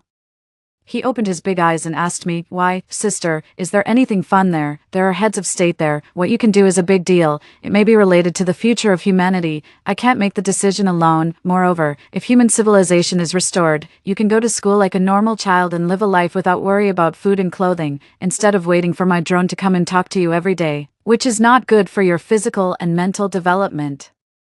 Of course, the choice is yours. After all, I'm afraid they will experiment on your body. I hand you over to the country, but I can't protect you, sister. You have stocked up a lot of supplies. Why do you still want the civilization to be restored? Of course, I spend a lot of money on the supplies, and my home is fully equipped. I can live at home for 10 years without any problem, but you're only 10 years old. You still have a bright future. You can go to see the flowers and the sea. Go to school, play with your peers, and feel the beauty of the world. This is my wish for your future." Silas thought for a while and asked, "Then sister, will you go with me?" I said, "Of course, you're a child and can't drive." Silas made up his mind. "I'll go." I started to prepare the supplies for the trip. I asked my parents to stay at home. Of course, they opposed it. I patiently persuaded them. "There won't be any accidents. You just stay at home and wait for me. I'll send you messages to let you know I'm safe every day, but the capital is so far away from here." My mother took my hand and said with a worried look, "Can't we ask someone to pick him up?" I said softly to her, "Mom, just like you're worried about me, I'm also worried about him being alone. His situation is special. If there are people with bad intentions among those who come to pick him up, then none of us will be able to survive. In the apocalypse, people's hearts are the least trustworthy. In case someone uses him as a hostage and makes him command the zombies to do things that are harmful to the country, the consequences are beyond our imagination." My parents were silent. In the end, they helped me pack my luggage. They also prepared dry food and boxed meals for my journey. I let out a sigh of relief and made an appointment with Silas for the departure time. And I contacted the person in charge of the army online. 3 days later, on a sunny day, we set off. The trunk was stuffed with supplies. There were 3 strong zombies sitting in the back seat. To prevent encountering people who would try to rob our supplies on the way, these 3 zombies could also act as thugs. The road was full of broken limbs. Except for the zombies, few people came out on the street. We occasionally met 1 or 2 teams. When they saw our car, they tried to rob us, but they were either scared away or dealt with by the zombies in the back seat. I was the only one driving. When I was tired, I would rest on the spot. When we passed a gas station, I took all the fuel that I could. On the way, we unexpectedly met Nolan, who had already turned into a zombie. His clothes were in tatters, and he had a broken arm. He couldn't even rob the zombies of the meat. He was pushed to the ground. He made strange angry sounds. It was expected that he had turned into a zombie. In the apocalypse, those who are overly benevolent are the first to be killed. For someone like him who is overly benevolent, the only possible outcomes after distributing the food were being infected or dying. I happily poked Silas and said, "Look, my ex-boyfriend who is overly benevolent has turned into a zombie. Ah, does he have a feud with you, sister? Why do you look so happy?" "A big feud. I itched to kill him." He looked for a while and asked me seriously, "How about I control the zombies to dismember him?" I clapped my hands and said, "Okay. Let's dismember him." The zombies swarmed up. When they dispersed, there were only his separated body parts on the ground. I just took a glance and drove away. After a bumpy journey for half a month, we finally arrived at the capital. I asked Silas to let the zombies out of the car and follow us from a distance. I drove to the army according to the address. Someone came out to greet us. The person in charge had been waiting for a long time, after Silas showed his ability as they requested. Their eyes lit up. I protectively stood in front of Silas and reminded them coldly, "If anything happens to him, no one will be able to control the zombies, and there will be no turning back in this apocalypse." The person in charge came to his senses and warmly entertained us. "Please have a seat. I'll report to my superiors immediately. Please wait here for a while." After a while, the person in charge came back. "We have reported to our superiors. We will arrange for you to stay first. Then we will make a special plan according to Silas's special ability. We may need Silas to cooperate." I looked at Silas, and he nodded gently. I said, "We have no objections and will try our best to cooperate." Just like that, we settled down in the capital. Silas went out early and came back late with the army every day. He was in good spirits. He would come back every day and chatter about the things he encountered outside. Most of the time, he controlled the zombies to gather in one direction and stay still, and then the army would clean them up uniformly, avoiding the situation where zombies would suddenly rush out from corners and hurt people. My boyfriend pushed me into the group of zombies to buy time to escape. which led to me being infected by the zombies and dying. As he was talking, he leaned his head on my shoulder and said, "Sister, I'm so tired, but I think I'm doing something very meaningful. I'm saving the world." Slowly, he fell asleep. I whispered, "Yes, you are doing something very meaningful." 10 such days lasted for 2 years. In these 2 years, with Silas's assistance, the zombies were gradually disappearing. Many places such as the streets, shopping malls, hospitals, and schools were gradually recovering. I brought my parents to the capital. I donated a part of the supplies to the country. During the recovery period, there was still a shortage of food. The prices outside were 5 or 10 times higher. I seized the opportunity and sold the remaining supplies at 2 or 3 times the price. On the day when the zombies completely disappeared, the country gave Silas a huge reward. When Silas came home, he excitedly shouted at me, "Sister, sister, the world is at peace." They rewarded me with 50 million yuan, a first-class merit, and 2 houses in the capital. I smiled and asked, "Then, little hero, do you want to go out and play?" "Okay, let's go out and play." Silas nodded repeatedly and said excitedly. I said, "All right, school will start in a month. We'll play for half a month, and I'll give you some tutoring in the remaining half month before you go to school next month." He wailed, "What, really? Even heroes have to go to school?" "Yes. Even heroes need to go to school." Story 2. I thought I was going to be erased after failing the mission. The next second, a system alert popped up. "Mission failure penalty. Zombie apocalypse mode will soon be activated." At the wedding, my fiancé let go of my hand and ran straight towards my best friend. Watching his retreating figure, I couldn't help but burst into laughter. 1. Aria's arrival at the wedding took everyone by surprise. Oscar was so stunned by her appearance that he couldn't help but walk towards her. I grabbed his sleeve. "Oscar, you're my groom. What am I supposed to do if you leave now?" Oscar looked at me with difficulty. "Blair, you know I can't let her go." He slowly removed my fingers from his sleeve and ran towards Aria without looking back, embracing her tightly. The guests were instantly abuzz, and in this farce, I was the complete joke. A voice from the brain system chimed in. Mission to win over Oscar failed. Mission failed. I let out a long sigh of relief. Finally, I was going to be erased. To win Oscar over, I had demeaned myself to the core, so much so that in my midnight dreams I wished I could strangle him. This damned mission was finally over. Before I could comfort myself, the system spoke again. "Ultimate penalty. Zombie apocalypse mode will soon be activated." Then, a countdown appeared in my mind. 50000045959. Is this supposed to be a punishment? This feels more like a reward. I fiercely raised my head to look forward. That despicable couple was still clinging to each other. Arya held Oscar and smirked at me triumphantly. Oh, provoking me. I composed my expression and flipped her the middle finger. The surroundings fell silent for a moment. Then whispers began. "Blair is losing her cool. Tisk, tisk. She's just unlucky. Arya is a rich girl who studied abroad. How can Blair, who started from scratch as a small gym owner, compete with her?" Exactly. Look at her robust physique covered in scars. How can she compare to the fair and beautiful Arya? She's an orphan, and it hasn't been easy for her to get where she is. The mistake was falling for Oscar. I rolled my eyes and yanked off the veil on my head. Grabbing my wedding dress, I ran outside. There was no time to waste on them any longer. It took me 10 minutes to change my clothes and run out of the hotel. I hailed a taxi and headed straight home. I asked the system, "Don't I have any cheats?" System, "No, me, system. However, the points you've earned in this world can be exchanged for items in the points shop." Suddenly, a virtual shopping interface popped up in my mind. I glanced at the balance in the top right corner, 999. That's quite a lot, but the prices on the item page started in the thousands. I was annoyed. The cheapest item was a 10 square meter portable storage space for 1,000 points. I tried to negotiate with the system.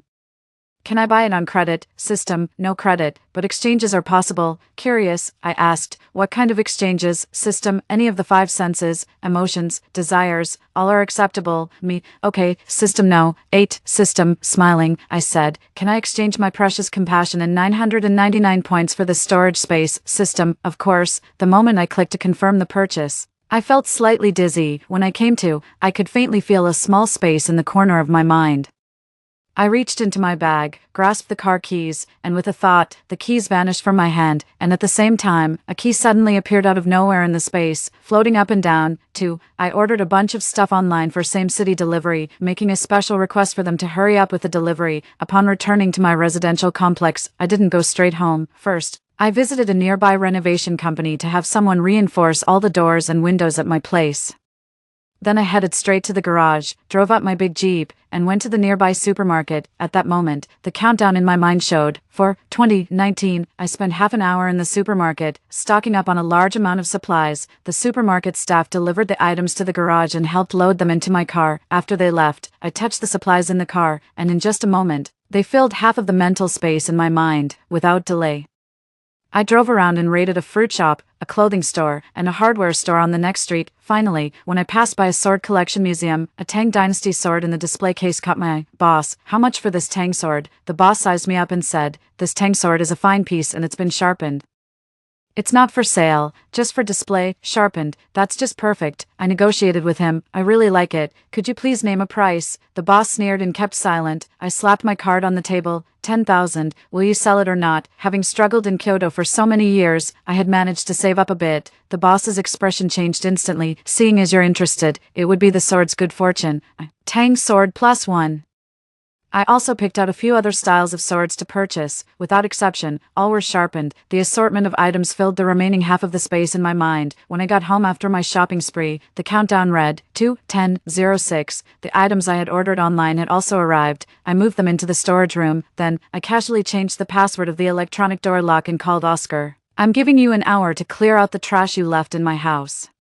Oscar was clearly not pleased. "Blair, can't you speak nicely?" "Me, idiot." "Oscar, me, if you're late, I'll handle it myself." I hung up the phone. The renovation company's workers had already come early to start reinforcing the doors and windows, although it was a bit tough to ask them to get everything done in 3 hours without prior appointment. But money talks. Doubling the payment got a crowd of people eager to work. 20 minutes later, Oscar arrived. I said, "Hurry up and clean up this mess. It's an eyesore." Oscar's expression was grim. "I owe you an apology today, but don't you think this is a bit much?" I really didn't want to waste any more time talking to him. I threw his stuff right out. A woman's cry of pain came from outside. I raised an eyebrow. Oscar rushed out anxiously. "Arya, what happened?" I had thrown the stuff too hard, and it all hit her." They both looked up at me. Oscar indignantly said, "Blair, how could you become like this? Arya feels guilty too. She came here to apologize to you, but you treated her so rudely." I raised my hand. "Sorry about that." Under the angry gaze of Oscar and Arya, I slammed the door shut. Oscar rushed to try the password lock. Beep beep beep, incorrect password. Beep beep beep, incorrect password. Before the workers left, I had them change the door lock to a traditional key lock, mainly to prepare for potential power outages after the apocalypse.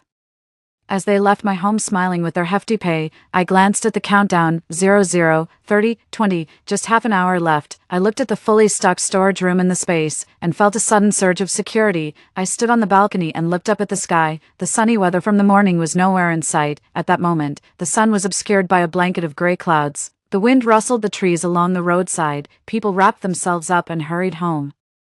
Warning of an impending downpour, I retrieved a high-definition telescope from storage. Through it, I saw Oscar and Arya still standing in the park. Arya was crying with her head bowed. Oscar crouched in front of her, gently consoling her. I shifted my gaze elsewhere, and soon, my attention was caught by a bus at the end of the road. It was swerving erratically before it finally crashed into a parked sedan. The sudden crash startled the bystanders who quickly surrounded the scene, demanding the bus driver to come out and explain. More and more people gathered, and eventually, even the traffic police arrived. I checked the countdown timer, 00, 08, 11. Something about that bus felt off. The owner of the sedan, a burly man with a temper, made his way through the crowd and began pounding on the bus windows, cursing loudly. Countdown, 00, 03, 05. After hammering at the door for a while, he suddenly stopped. Those gathered by the door instinctively stepped back. The bus door opened. A frail man stepped out, his eyes unfocused and his face ashen. Through my telescope, I could see a web-like black pattern on his neck. He staggered towards the crowd. Countdown, 00, 01, 02. The sedan owner said a few words, but the man did not respond. Losing his temper, he shoved the man to the ground and started cursing loudly at him. Countdown, 00, 00, 25. My heart pounded with each passing second of the countdown. I kept my eyes fixed on the scene. Countdown, 00, 00, 02.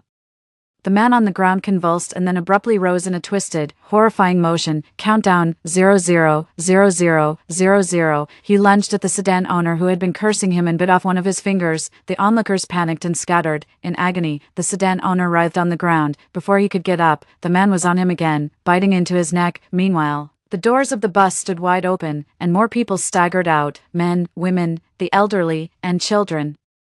all bearing the same black markings on their necks. As I watched, a chill ran down my spine. System, apocalypse mode has begun. Please strive to survive. Within just half an hour, the whole street was in chaos. Those initially bitten developed black patterns on their necks within minutes and began biting others in a daze. The infection spread rapidly, sending people into a panicked flight toward their homes. Oscar and Arya, hearing screams, left the park only to see a crowd scrambling towards them. Confused, Oscar instinctively stopped one person. What happened? Why are you running? The person pushed past him. Monsters, monsters. Still puzzled, Arya, trembling, tugged at his arm. Look, what is that? They looked up just in time to see someone hit by an out-of-control truck and land not far from them. The person lay bloodied on the ground, their head almost severed. Logically, they should have died instantly.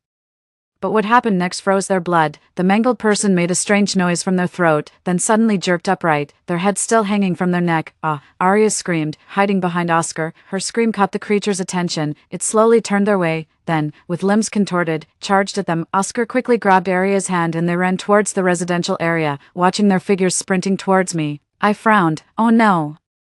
The chaos in the apartment building started shortly after. Some residents ran back to take refuge, and some outsiders followed them in. But what made things worse was that zombies were following them. I hid behind the door with a katana, looking through the peephole. 10 minutes later, sure enough, Oscar and Arya's big faces appeared at the door. Blair, open the door quickly. Blair, there are monsters outside. Let us in first. I knew exactly what they were like. How could I possibly let the wolf into the house? Seeing that I remained silent and did not open the door, Oscar got anxious and started banging on the door forcefully. My newly reinforced door was quite sturdy and didn't budge. Arya was both shocked and scared. Oscar, I think I heard the monsters scream. They're coming up. During this exchange, the man living opposite me also ran back from outside. He took out his keys, his hands trembling several times before he managed to open the door. Just as he pushed the door open, a strange man and woman squeezed in with him. He frowned but didn't have time to say much and hurriedly closed the door. Through the peephole, I saw Oscar and Arya enter the opposite apartment. Almost the moment they closed the door, 3 to 5 zombies surged up at the stairwell entrance. They roared and rushed a few steps in this direction, but then, not finding any living people, their movements gradually slowed down, and they began to wander aimlessly in the corridor. I breathed a sigh of relief and turned back to the balcony. In just that short time, there were almost no signs of living people on the streets anymore. I took out my phone and checked it. The news online was growing wildly. Monsters like these were appearing not just on my street but everywhere. They bite on sight. Don't feel pain. And those bitten by them turn into the same kind of monsters within 3 minutes. This disaster was spreading at an unimaginable speed. This is the end of the world. This is the end of the world. What should I do? My mother is still outside. Where on earth did these damn monsters come from? Where are the police? The military? Isn't anyone in charge? Help, we're trapped in the office and can't get out. Is there anyone who can save us? I slowly closed my phone. Any slight hope and secret pleasure I had were gone at this moment. I looked at the chaotic world and, unusually, felt a bit lost. That evening, the citywide broadcast started. Currently, a wide-ranging outbreak of an unknown virus has occurred in many places. Please do not go out, it said. Experts are conducting in-depth research on the virus and believe that a solution will be found soon. Let us trust the authorities. Most households have some food stored, so surviving 3 or 4 days wouldn't be a problem. But 3 days passed, and the spread of the virus was not slowing down but intensifying. Every night, the sound of zombies walking around in the corridors could be heard, occasionally emitting a few spine-chilling roars. Under such conditions, people could hardly sleep. With food becoming scarcer, people gradually fell into deeper panic. Finally, someone couldn't bear it anymore and opened the main door. I'm going to fight it out with you. As you can imagine, he quickly became a new member of the zombie horde. Some people in despair turned savage, like my neighbor across the hall. On the 4th night, I heard a woman's scream coming from across the hall. It was Arya's voice. What are you doing? Let go of me. Following that was a male voice. My neighbor Gavin. Damn it, you've been freeloading off me for so many days. Letting me have a good time isn't too much to ask, right? Oscar was both shocked and angry. We gave you money. Don't touch her, Gavin spat. What's the use of money now? Bro, your girlfriend is so pretty. It's a bit unfair for you to enjoy her all by yourself. Listening from across the hall, my scalp tingled. Normally, Gavin and I just greeted each other when we saw each other. He seemed polite. I never thought he was this kind of person. The cursing from across the hall continued for a long time. The zombies in the corridor were all attracted over. I know where there's food. Arya's voice was sharp and piercing, sounding somewhat shrill. A bad premonition suddenly rose in my heart. Sure enough, the next second, your neighbor Blair, she likes to stock up, and on the day of the incident, she went to the supermarket and bought a lot of supplies. My friend saw her at the supermarket and even took a photo for me. I showed you, she really does have a lot of supplies, I said. Gavin looked skeptical. Really? That woman has hidden so much good stuff. I just sighed. Damn it. 5. Suddenly, it became quiet on the other side. I paced back and forth, anxious. I should never have called Oscar and Arya here. No, I've just made trouble for myself. What should I do? Given the situation, Gavin would surely consider Arya's suggestion. They might decide in less than half an hour how to fight over the supplies in my house. I need to take the initiative. As time ticked by, I looked at the tang knife in my hand and finally made up my mind. In this apocalyptic world, only the strong have the right to speak. After the silence, zombies began wandering around again. I put on a thick jacket, gloves, and used tape to tightly cover any exposed skin. Listening to the faint footsteps outside the door, I took a few deep breaths. When the footsteps faded a bit, I quietly unlocked the door. The corridor lights flickered on and off, adding to the eerie atmosphere. Without any hesitation, I charged forward and chopped off the head of a zombie lagging behind with my tang knife. For these pain-insensitive, undead monsters, only destroying their brains could put them down for good. The head rolled on the ground. The 3 zombies ahead heard the noise and immediately turned and lunged at me. I dodged a zombie's embrace and stabbed another in the eye with my tang knife. That zombie instantly stopped moving and collapsed. I rolled on the ground to avoid the last zombie's attack and rushed to the end of the corridor, slamming the half-open iron gate of the stairwell shut. This way, the zombies from other floors couldn't get through. All I needed to do now was to eliminate the remaining 2 zombies to secure the whole floor. I gripped my tang knife, feeling the adrenaline surge through me, oddly exhilarated. I knew behind the doors along the corridor, many eyes were silently watching me. It didn't matter. If they saw me, then I had achieved my goal. The last 2 zombies weren't hard to deal with. I pinned the final zombie against the door of the apartment opposite me, then pulled out my tang knife and chopped off its head. The blade was covered in zombie blood and flesh, and I stood there, catching my breath. It was extremely quiet around, with only the sound of zombies banging on the stairwell door. 2 minutes later, a door cautiously opened. A haggard-looking woman peered out. She was startled by the mess. You killed them all. People began to cautiously step out of their apartments. Gavin was the last to come out. I wiped the blood off my face and looked him in the eye. Gavin quickly averted his gaze, his eyes filled with horror. I glanced at Oscar and Arya standing behind him. They looked at me as if they had seen a ghost. Little girl, you've been killing people, Mrs. Moore exclaimed, slapping her thigh. I couldn't help but laugh. People. Do you think they're still human? Everyone fell silent. I flicked the bits of flesh off my tang knife. They stepped aside. I smiled. I've cleared the monsters for you. A little compensation isn't too much to ask, right? I collected 1,000 from each family, but when I came to Gavin's, I changed my tune. Not from your family. You need to provide food. 6. Gavin's face twisted with anger as he asked me, why?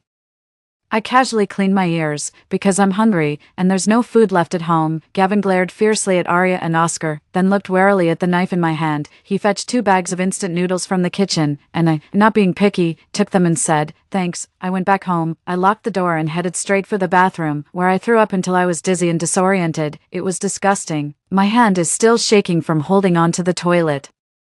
Although I'm pretty strong and have even helped the police catch criminals before, I've never chopped off someone's head. The impact was too much, and I needed time to recover. After emptying my stomach, I felt much better. Sitting on the cold floor, I began to think about what to do next while checking the items in my storage space. During the process, I accidentally clicked on the virtual shopping interface. Just as I was about to close it, I paused.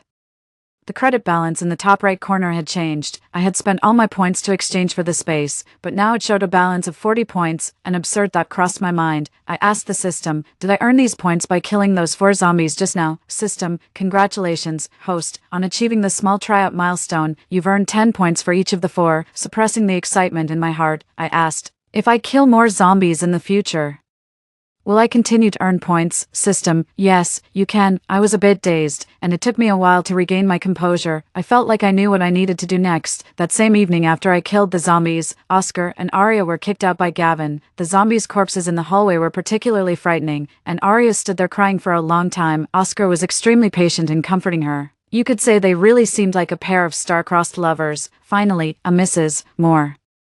unable to bear it any longer, took them in. On the 7th day of the apocalypse, the water supply was cut off. The number of zombies on the streets was increasing. I sat on the balcony, as usual, looking through my binoculars. Soon, my gaze fixed on a zombie in a police uniform. I was interested in the gun holstered at his waist. Buzz, buzz, my phone vibrated violently twice. Electricity and internet were still functioning, but I estimated that they wouldn't last much longer.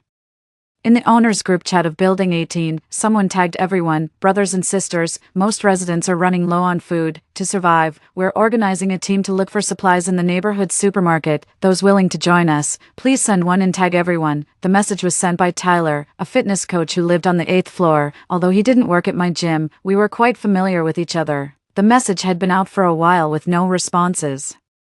Looking at the police zombie wandering below, I typed a 1 on my phone screen, seeing someone take the lead. Others gradually joined in. By 7 o'clock that evening, 10 people had signed up. Tyler added us 10 to a new group chat. He went through tomorrow's plan in detail with us. Since most floors weren't cleared of zombies, the elevator was out of the question. He planned to lead us out through the windows, then into the residential garage to drive to the supermarket. The plan was standard, and I had no objections. Tyler typed a few more lines. Tomorrow we might need someone to drive another car to lure the zombies away from the supermarket. Any volunteers? We'll signal when we're done, and we'll cover you when you return. No one responded for a long time. It was clear to anyone that this task was the most dangerous. One wrong move could mean not coming back, but I felt this task was quite suitable for me. After all, I needed to go outside to get a gun, and moving in a group would be inconvenient. Thinking this, I didn't hesitate and typed another 1 in the chat. After sending it, the chat went silent for a moment. Tyler, Blair, you are a woman comrade. Would you really take on this task? Tasks like these are better left to the men, said Tyler. Do you look down on women? I asked. That's not what I meant, Tyler replied. That settles it then. No more dithering, I declared.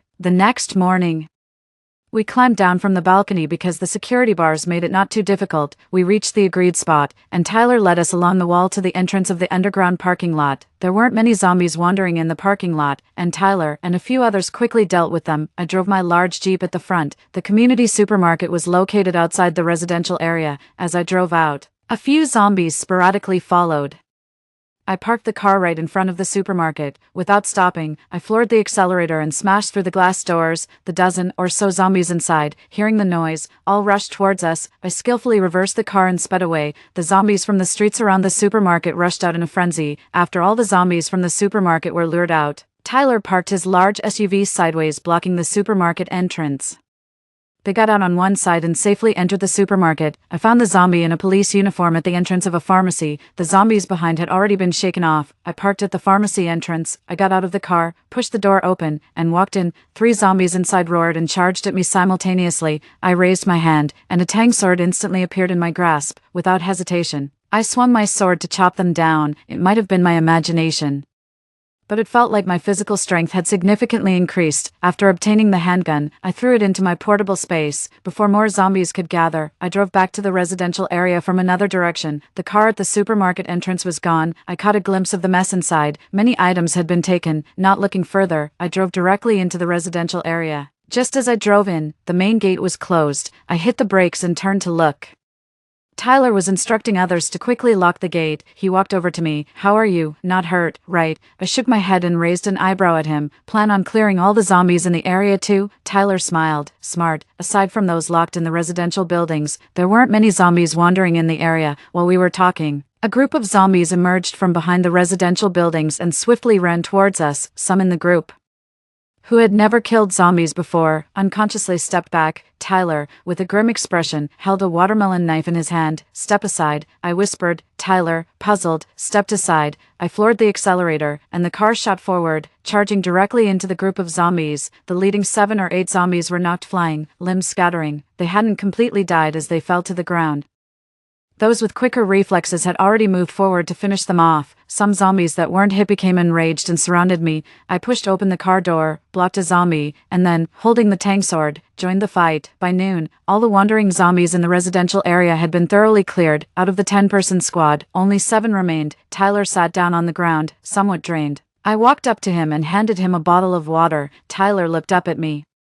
his expression complex. Thanks. We rested there for a while, just about to check the supplies in the car when we heard rustling noises from the dormitory buildings on both sides. Many people opened their windows and looked out. Mrs. Moore from the fourth floor of Building 18 shouted, "Don't go back on your word about sharing with us." Tyler frowned, clearly a bit annoyed. "I've said I'll share, and I will," he stated firmly. As soon as he finished speaking, some residents had already opened their security windows and climbed down. They rushed towards the small truck loaded with supplies and began looting despite Tyler and his group's attempts to stop them. Residents from other buildings could no longer hold themselves back. They climbed down from their balconies, joining the frenzied mob scrambling for supplies. Tyler and his friends were pushed to the outskirts of the crowd. Someone couldn't hold back their anger and cursed loudly. "Damn it.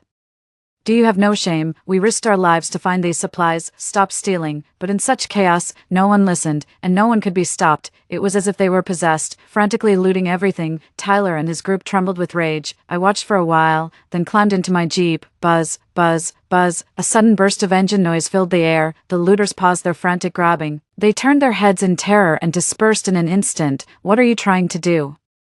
I stuck my head out the window and smiled at them. I just didn't get enough fun ramming zombies earlier, and now I see a bunch of beasts that aren't human. The subtext was clear. Anyone who moves, I'll run over you. They looked at each other, not daring to move again. After a few more minutes of consideration, they quickly dispersed, clutching the supplies they had managed to grab. The pickup truck was almost empty, with noodles torn open and scattered on the ground. It was a disheartening sight. Tyler silently distributed the remaining supplies among his friends. Then he brought a portion to my car. "Blair, this is yours." I looked at the 5 bags of instant noodles, a loaf of bread, and 3 bottles of milk he offered but didn't take them. Tyler looked at me, and I gestured for him to unload the stuff from my trunk. It was several boxes of self-heating hot pots and cases of cookies and mineral water. Tyler looked at me in shock. "You," I casually said.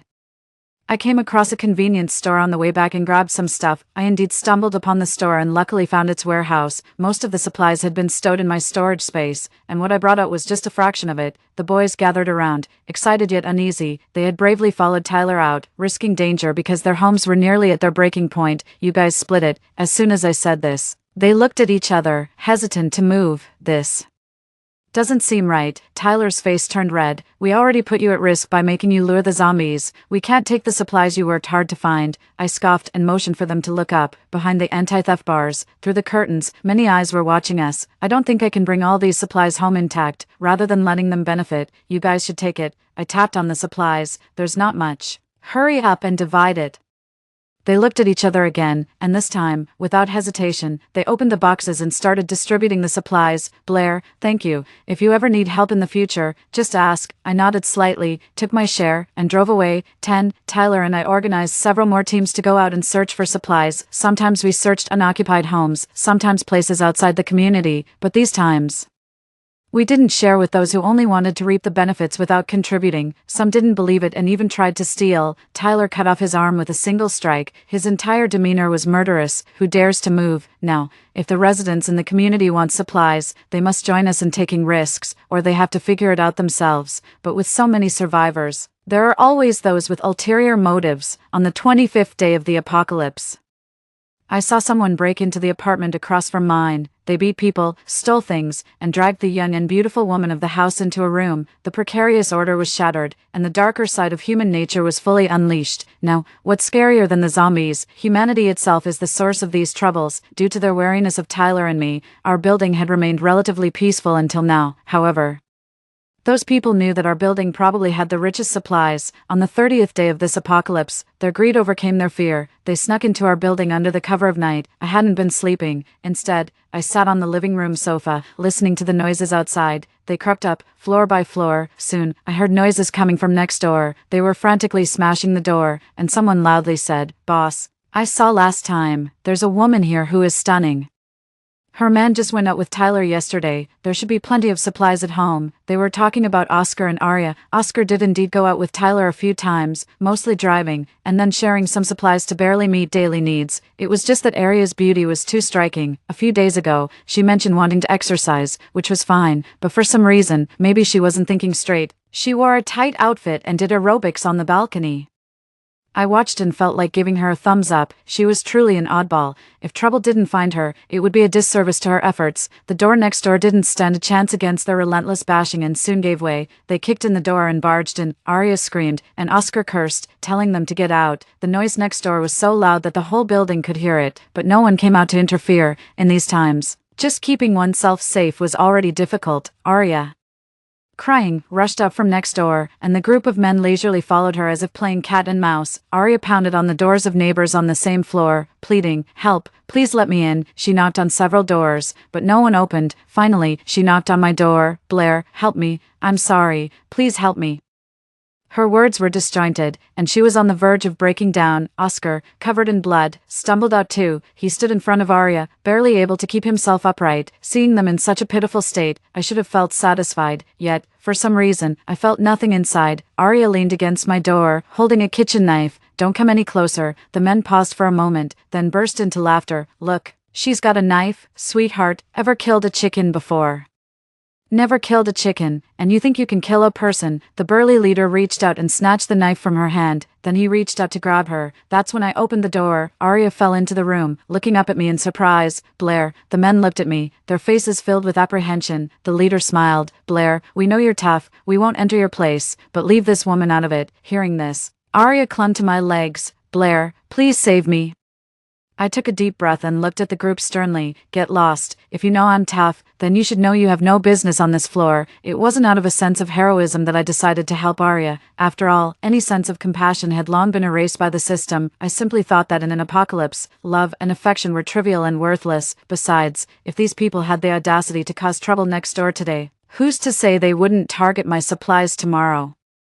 The leader's face changed instantly at my words. "Blair, don't push your luck." 11. No one saw who made the first move. By the time everyone reacted, we were already fighting. The more zombies I killed during this period, the stronger my physical abilities became. I knocked them down one by one, but accidentally got kicked by the leader, losing the tang sword from my hand. Staggering to his feet, he taunted, "You're only tough because of that knife. Let's see how tough you are without it." With that, he charged at me with a kitchen knife. I remained calm, ducked under his erratic attack, and kicked him in the leg. The man fell to his knees, too pained to speak. I pulled out a gun from behind my waist. I pressed it directly against the man's head. "You lost." The man froze, dropping the kitchen knife. "Blair, let's talk. Just put the gun down first." I didn't respond, nor did I move. Sweat broke out on the man's forehead as he looked up at me, pleading, yet a vicious flash crossed his eyes.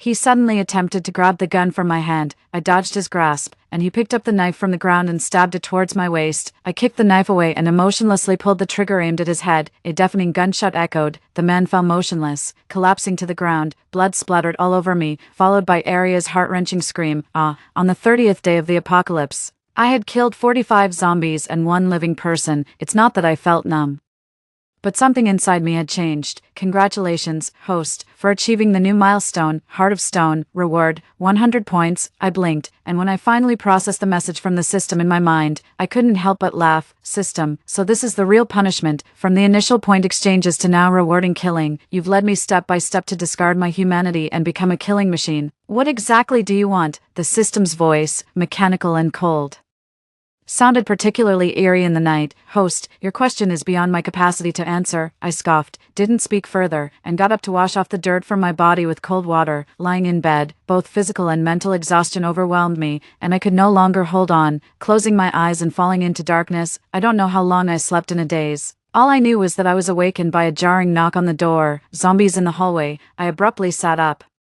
My head instantly cleared. I grabbed the tang sword beside my bed and approached the door, peering through the peephole only to find a group of people outside. Not zombies, but living people. The sharp-faced Mrs. Moore, along with others, relentlessly banged on my door. Tyler was there too, standing right at my doorstep. "What exactly do you want?" Mrs. Moore shouted. "Everyone saw her kill my son last night, a living, breathing person. My son went out to find food last night and never came back. I need the murderer to pay for her crime." Mrs. Moore was both crying and cursing, visibly agitated. Others chimed in. "Yeah, she kills without blinking an eye, and she has a gun. She must be an antisocial element." Tyler didn't even get a chance to speak before being labeled an accomplice, becoming immediately both anxious and angry. "Watch your words. She led us to find supplies and kill zombies. Without her, would you still be alive and well? Have some conscience?"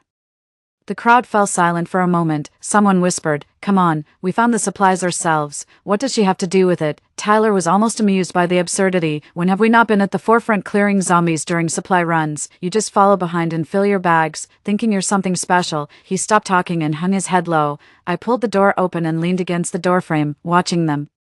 They stepped back subconsciously upon seeing the tang knife in my hands. Mrs. Moore glared at me fiercely. "It was you who killed my son." It was only when I got closer that I recognized her. Wasn't Mrs. Moore the leader of the first raid for supplies? Like they say, birds of a feather flock together. I looked up at her. "Yes, I killed your son. What are you going to do about it?" She probably didn't expect me to admit it so boldly, and for a moment, she was at a loss for words. I continued.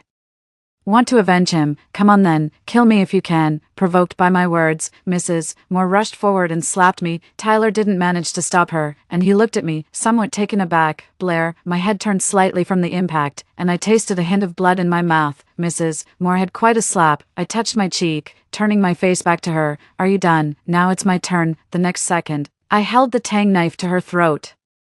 The sharp blade immediately drew a line of blood across her neck. "How about I reunite you with your son?" Tyler grabbed my wrist. "Blair, calm down." Mrs. Moore, terrified, turned pale and froze on the spot. Everyone around inhaled sharply, too afraid to make a sound. Seeing Tyler holding me back, Mrs. Moore screamed and quickly backed away, then ran off without looking back. The onlookers dispersed just as quickly. I lowered the tang knife and gestured dismissively at their retreating figures. "These are the people we're risking our lives to protect. Is it worth it?" Tyler remained silent. I walked into the house, signaling him to follow. "I'm leaving first thing tomorrow morning." Tyler was stunned. "Where to?" I walked to the balcony and yanked the curtains open, looking out into the pitch-black night, my thoughts clearer than they had ever been. "I'm going to create my own utopia." Day 31 of the apocalypse, 5:00 a.m. The sky was just beginning to lighten as I drove my Jeep away from the Sunnyvale complex, heading south. Tyler didn't come with me, he decided to stay. I filled my portable space completely and left the remaining supplies in the storage room for him, stopping occasionally along the way.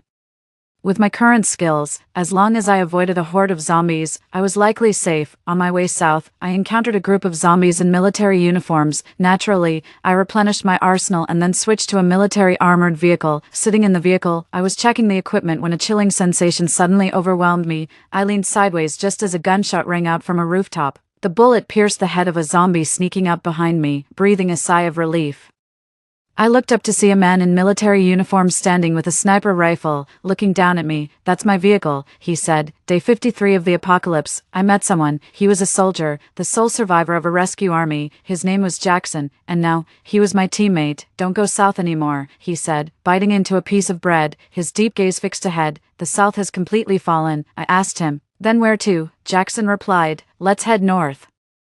I heard they've set up a temporary base there." I nodded. "Then north it is." Jackson looked at me. "You trust me that quickly?" I pointed at his uniform. "I trust this uniform of yours." Jackson was momentarily stunned, then couldn't help but chuckle softly. Honestly, he was a pretty good teammate, skilled and strong, with impressive sniping abilities. Most importantly, like me, he was self-centered. Ever since we teamed up, all our missions were carried out with our own safety as the priority. Although there were times when he would leave me behind, or I would betray him, but we were both lucky, always managing to escape danger. After reuniting, we'd have a fight, but by the next morning, we would hit the road together as if nothing had happened. Most of the time, Jackson and I got along quite well. For instance, at this moment, our military armored vehicle was abruptly intercepted by a group. Looking ahead at the temporary base that used to be a large factory, I turned to Jackson and asked, "This is the temporary base you mentioned?" Jackson shrugged. "It should be." I took a good look and commented, "Looks pretty good." Jackson nodded. "Indeed, but there's one issue." I turned to him. He tugged at the corner of his mouth. "It seems like the people here aren't exactly welcoming." As he spoke, we were dragged out of the vehicle. Two fierce-looking masked men pushed us into the base. They said they were taking us to meet the leader here. Walking deep into the base, we stopped outside a luxurious office. A man frisked Jackson, then removed a dagger tucked at his waist. Another man gave me a menacing look and took a few steps towards me. My expression darkened. "Hey," Jackson intervened, "you can be rough with me, but this is a lady," and Jackson tilted his chin towards me. "This lady has a bit of a temper." After a few seconds of eye contact, the man frowned and halted. He summoned a woman to search me, after confirming we weren't a threat. They pushed us into the office. In the middle of the office was a luxurious red sofa. A man sprawled casually on it, a cigar pinched between his fingers, flanked by two military-dressed guards. He glanced at us and smiled. "Welcome to Dawn Base." He stood and approached us. "You can stay here for now. Take your time to think about your next move, before the apocalypse." I was Major General Kai of the 141 Military District in Kyoto. "No, I'm the leader of this base. You can trust me. This place offers you shelter." Seeing that we remained silent, he didn't mind and had someone pour us 2 glasses of water. "It's been a long journey. You must be tired. Have some water to refresh yourselves." Holding the glass, I turned to Jackson. "Do you believe what he's saying?" Jackson pondered for a few seconds and admitted, "I don't." I replied, "Funny, neither do I." "Kai." I turned to Kai, who was visibly confused, smiled, and then threw the water in his face.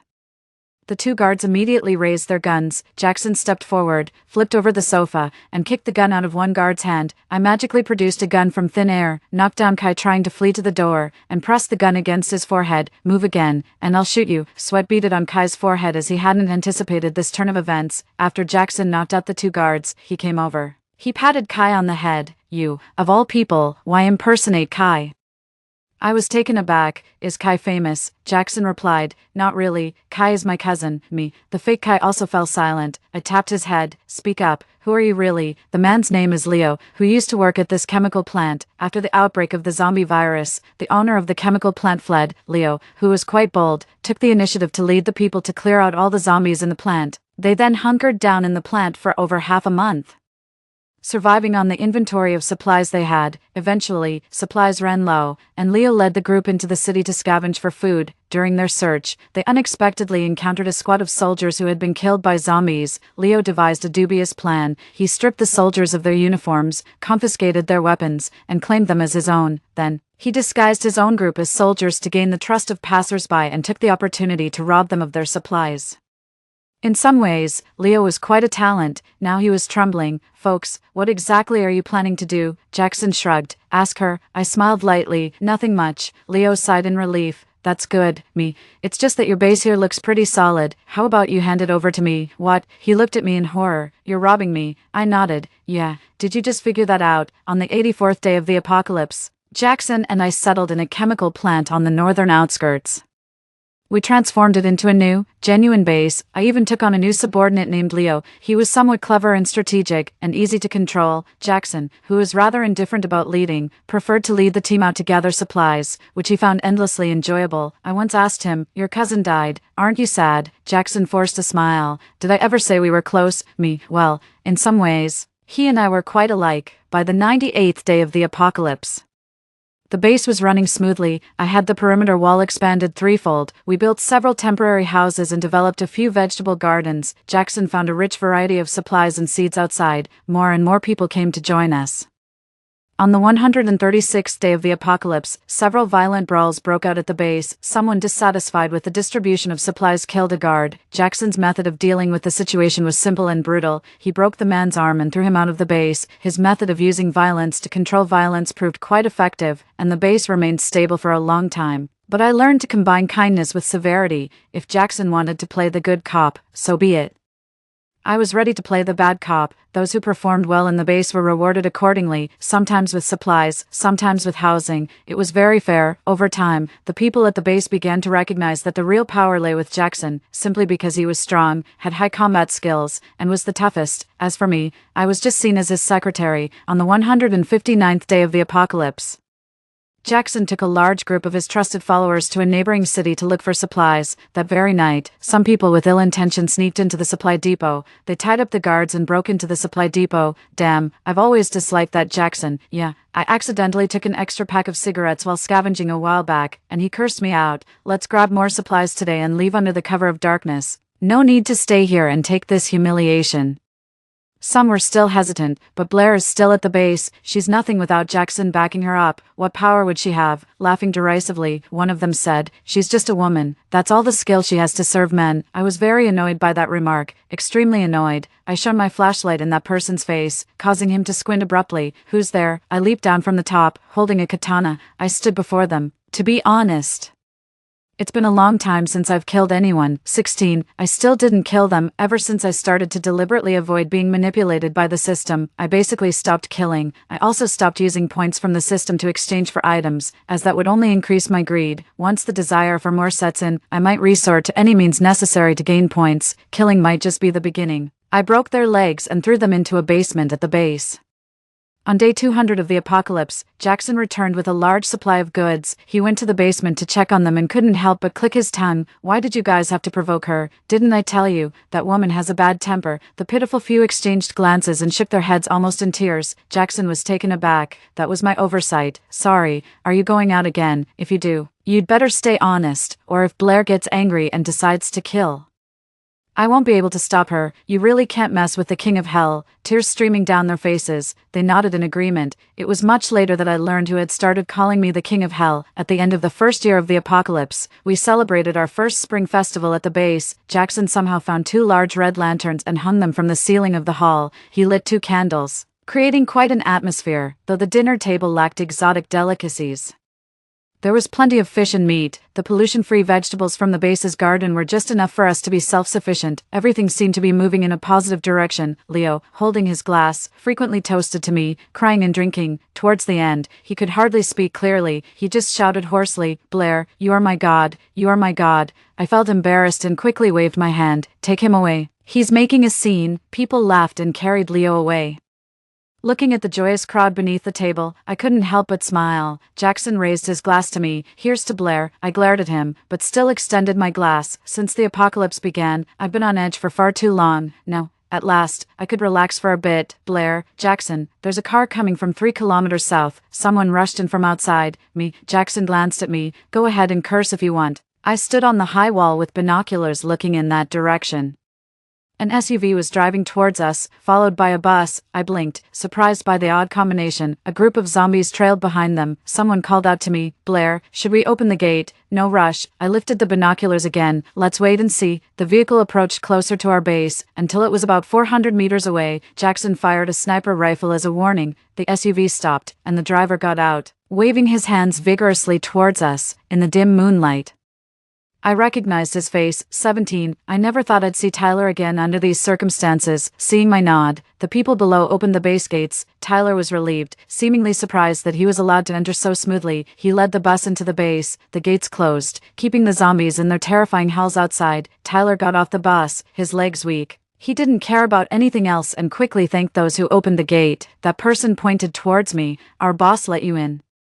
Tyler followed his pointing hand and looked up at me standing on the high wall. When our eyes met, Tyler froze, as if he couldn't quite believe it was me. I gave him a smile. "Long time no see. Welcome to my utopia." Tyler didn't speak for a long time, but then someone else got out of the passenger side of the off-road vehicle. A woman. She looked up at me, her tone filled with astonishment. "Blair, seeing Arya." I couldn't help but raise an eyebrow. Honestly, I thought she was long dead. But apparently, she's been quite lucky. I jumped down from 10 meters high, landing steadily in front of them. It was only up close that I noticed Arya's face was disfigured. A long scar ran across the left side of her face, clinging like a centipede. Noticing my gaze, Arya didn't shy away. She gave me a bitter smile. "Pretty ugly, huh?" I nodded. "A bit." The conversation dragged on, but Arya didn't seem to mind. Then the doors of the bus behind us opened, and the people inside came down looking somewhat panicked. Men and women, young and old. They seemed weak but not seriously injured. They looked around and then noticed the food on the lobby table. Before Tyler could stop them, they rushed over and began to eat voraciously. Tyler's face turned red instantly. "Our food ran out 3 days ago, and we've had a lot of troubles coming from the south. Everyone is starving now." I turned my face back emotionlessly to Tyler and Arya. "Aren't you hungry?" Tyler paused. I gestured towards the food. "Go eat first, have a good rest tonight, and come find me in the morning. Then, we'll have a good talk." 18. From Tyler's description, I roughly understood how they had survived the past year. The large group had dwindled to just over 20 people. But Tyler had done his best. I asked him, "What are your plans? Continue heading north, or stay here?" Tyler seemed a bit distracted, embarrassedly lowering his head. "With so many of us," I laughed. "Did you think we'd let you freeload? Here, you follow my rules, work for what you get. No exceptions." Hearing this, Tyler visibly relaxed. He stood up somewhat awkwardly. Of course, I'll go discuss it with everyone first." I nodded, after Tyler left. The large room was left with just me and Arya. She sat there quietly, not speaking. I broke the silence. How did Oscar die? Arya paused, her expression momentarily sorrowful before quickly returning to normal. 6 months ago, we went out with Tyler to find supplies. Oscar was bitten by a zombie while saving me. I killed him myself. I then pointed to her face. And what happened here? Arya touched her face. Without Oscar's protection, my face would have caused me trouble.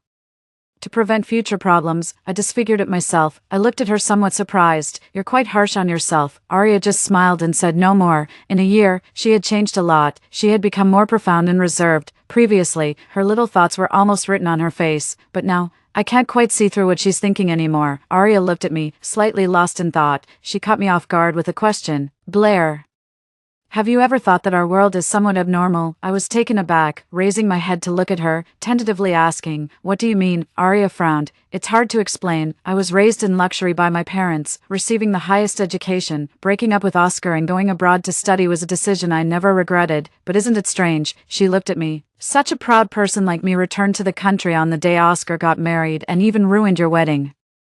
I often wonder, why did I come back? I suppressed the shock in my heart. Have you figured it out? Arya lowered her eyes and shook her head. No, it's like a train that was running normally and suddenly got its direction forcibly changed by an invisible hand. I feel panic about this unknown. After Arya left, I leaned back on the sofa. System, I hadn't called it for a long time. Is this what you call a character awakening to self-awareness?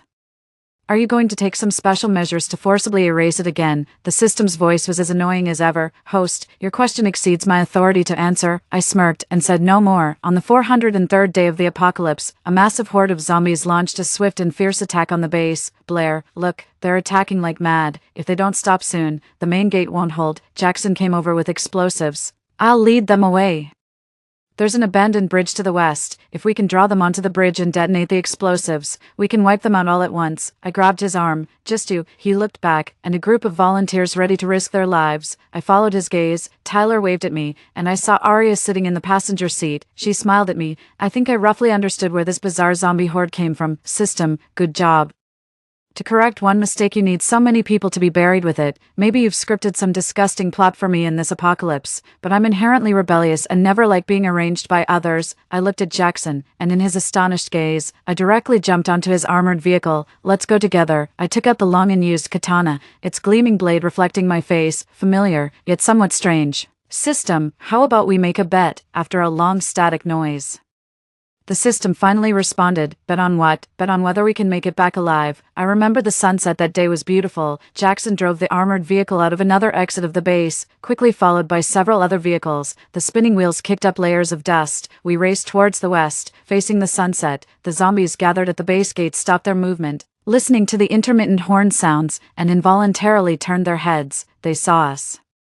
They rushed towards us. We drove, leading the zombie horde in a wild chase. Jackson was so excited he almost shouted. I turned to look at him. So excited. Jackson nodded. Yes, excited because we might not come back this time. Me. I glanced in the rearview mirror. Tyler carrying Arya closely behind. Leo, with the people of the base, stood on the high wall continuously waving at me. That moment, I couldn't quite explain my feelings. Exhilarating, yet somewhat reassuring. Despite being followed by a horde of man-eating zombies, despite still being on the road, but I believe, dawn is finally breaking in the apocalypse. Epilogue, the bet I made with the system. In the end, I won. I wanted to show off in front of the system, but I realized that the very palpable presence in my mind had vanished. The system arrived quietly and left just as silently. This discovery left me feeling exhilarated yet somewhat bewildered. With the system gone, my personal storage space also disappeared. Fortunately, my physical strength has not faded. On day 410 of the apocalypse, I gained true freedom. In a daze, I heard someone calling me. Blair, come over here. What's up? Just listen. After more than a year, we heard a broadcast again. The voice of the elegant and official female announcer sounded like music from heaven. Dear survivors, hello. The country is currently experiencing an unprecedented catastrophe. Virus experts have developed an antibody against these undying monsters, and the experiments have been hugely successful. Production of the antibodies has started. Please ensure your own safety and patiently await national rescue. Finally, thank you all once again for your perseverance.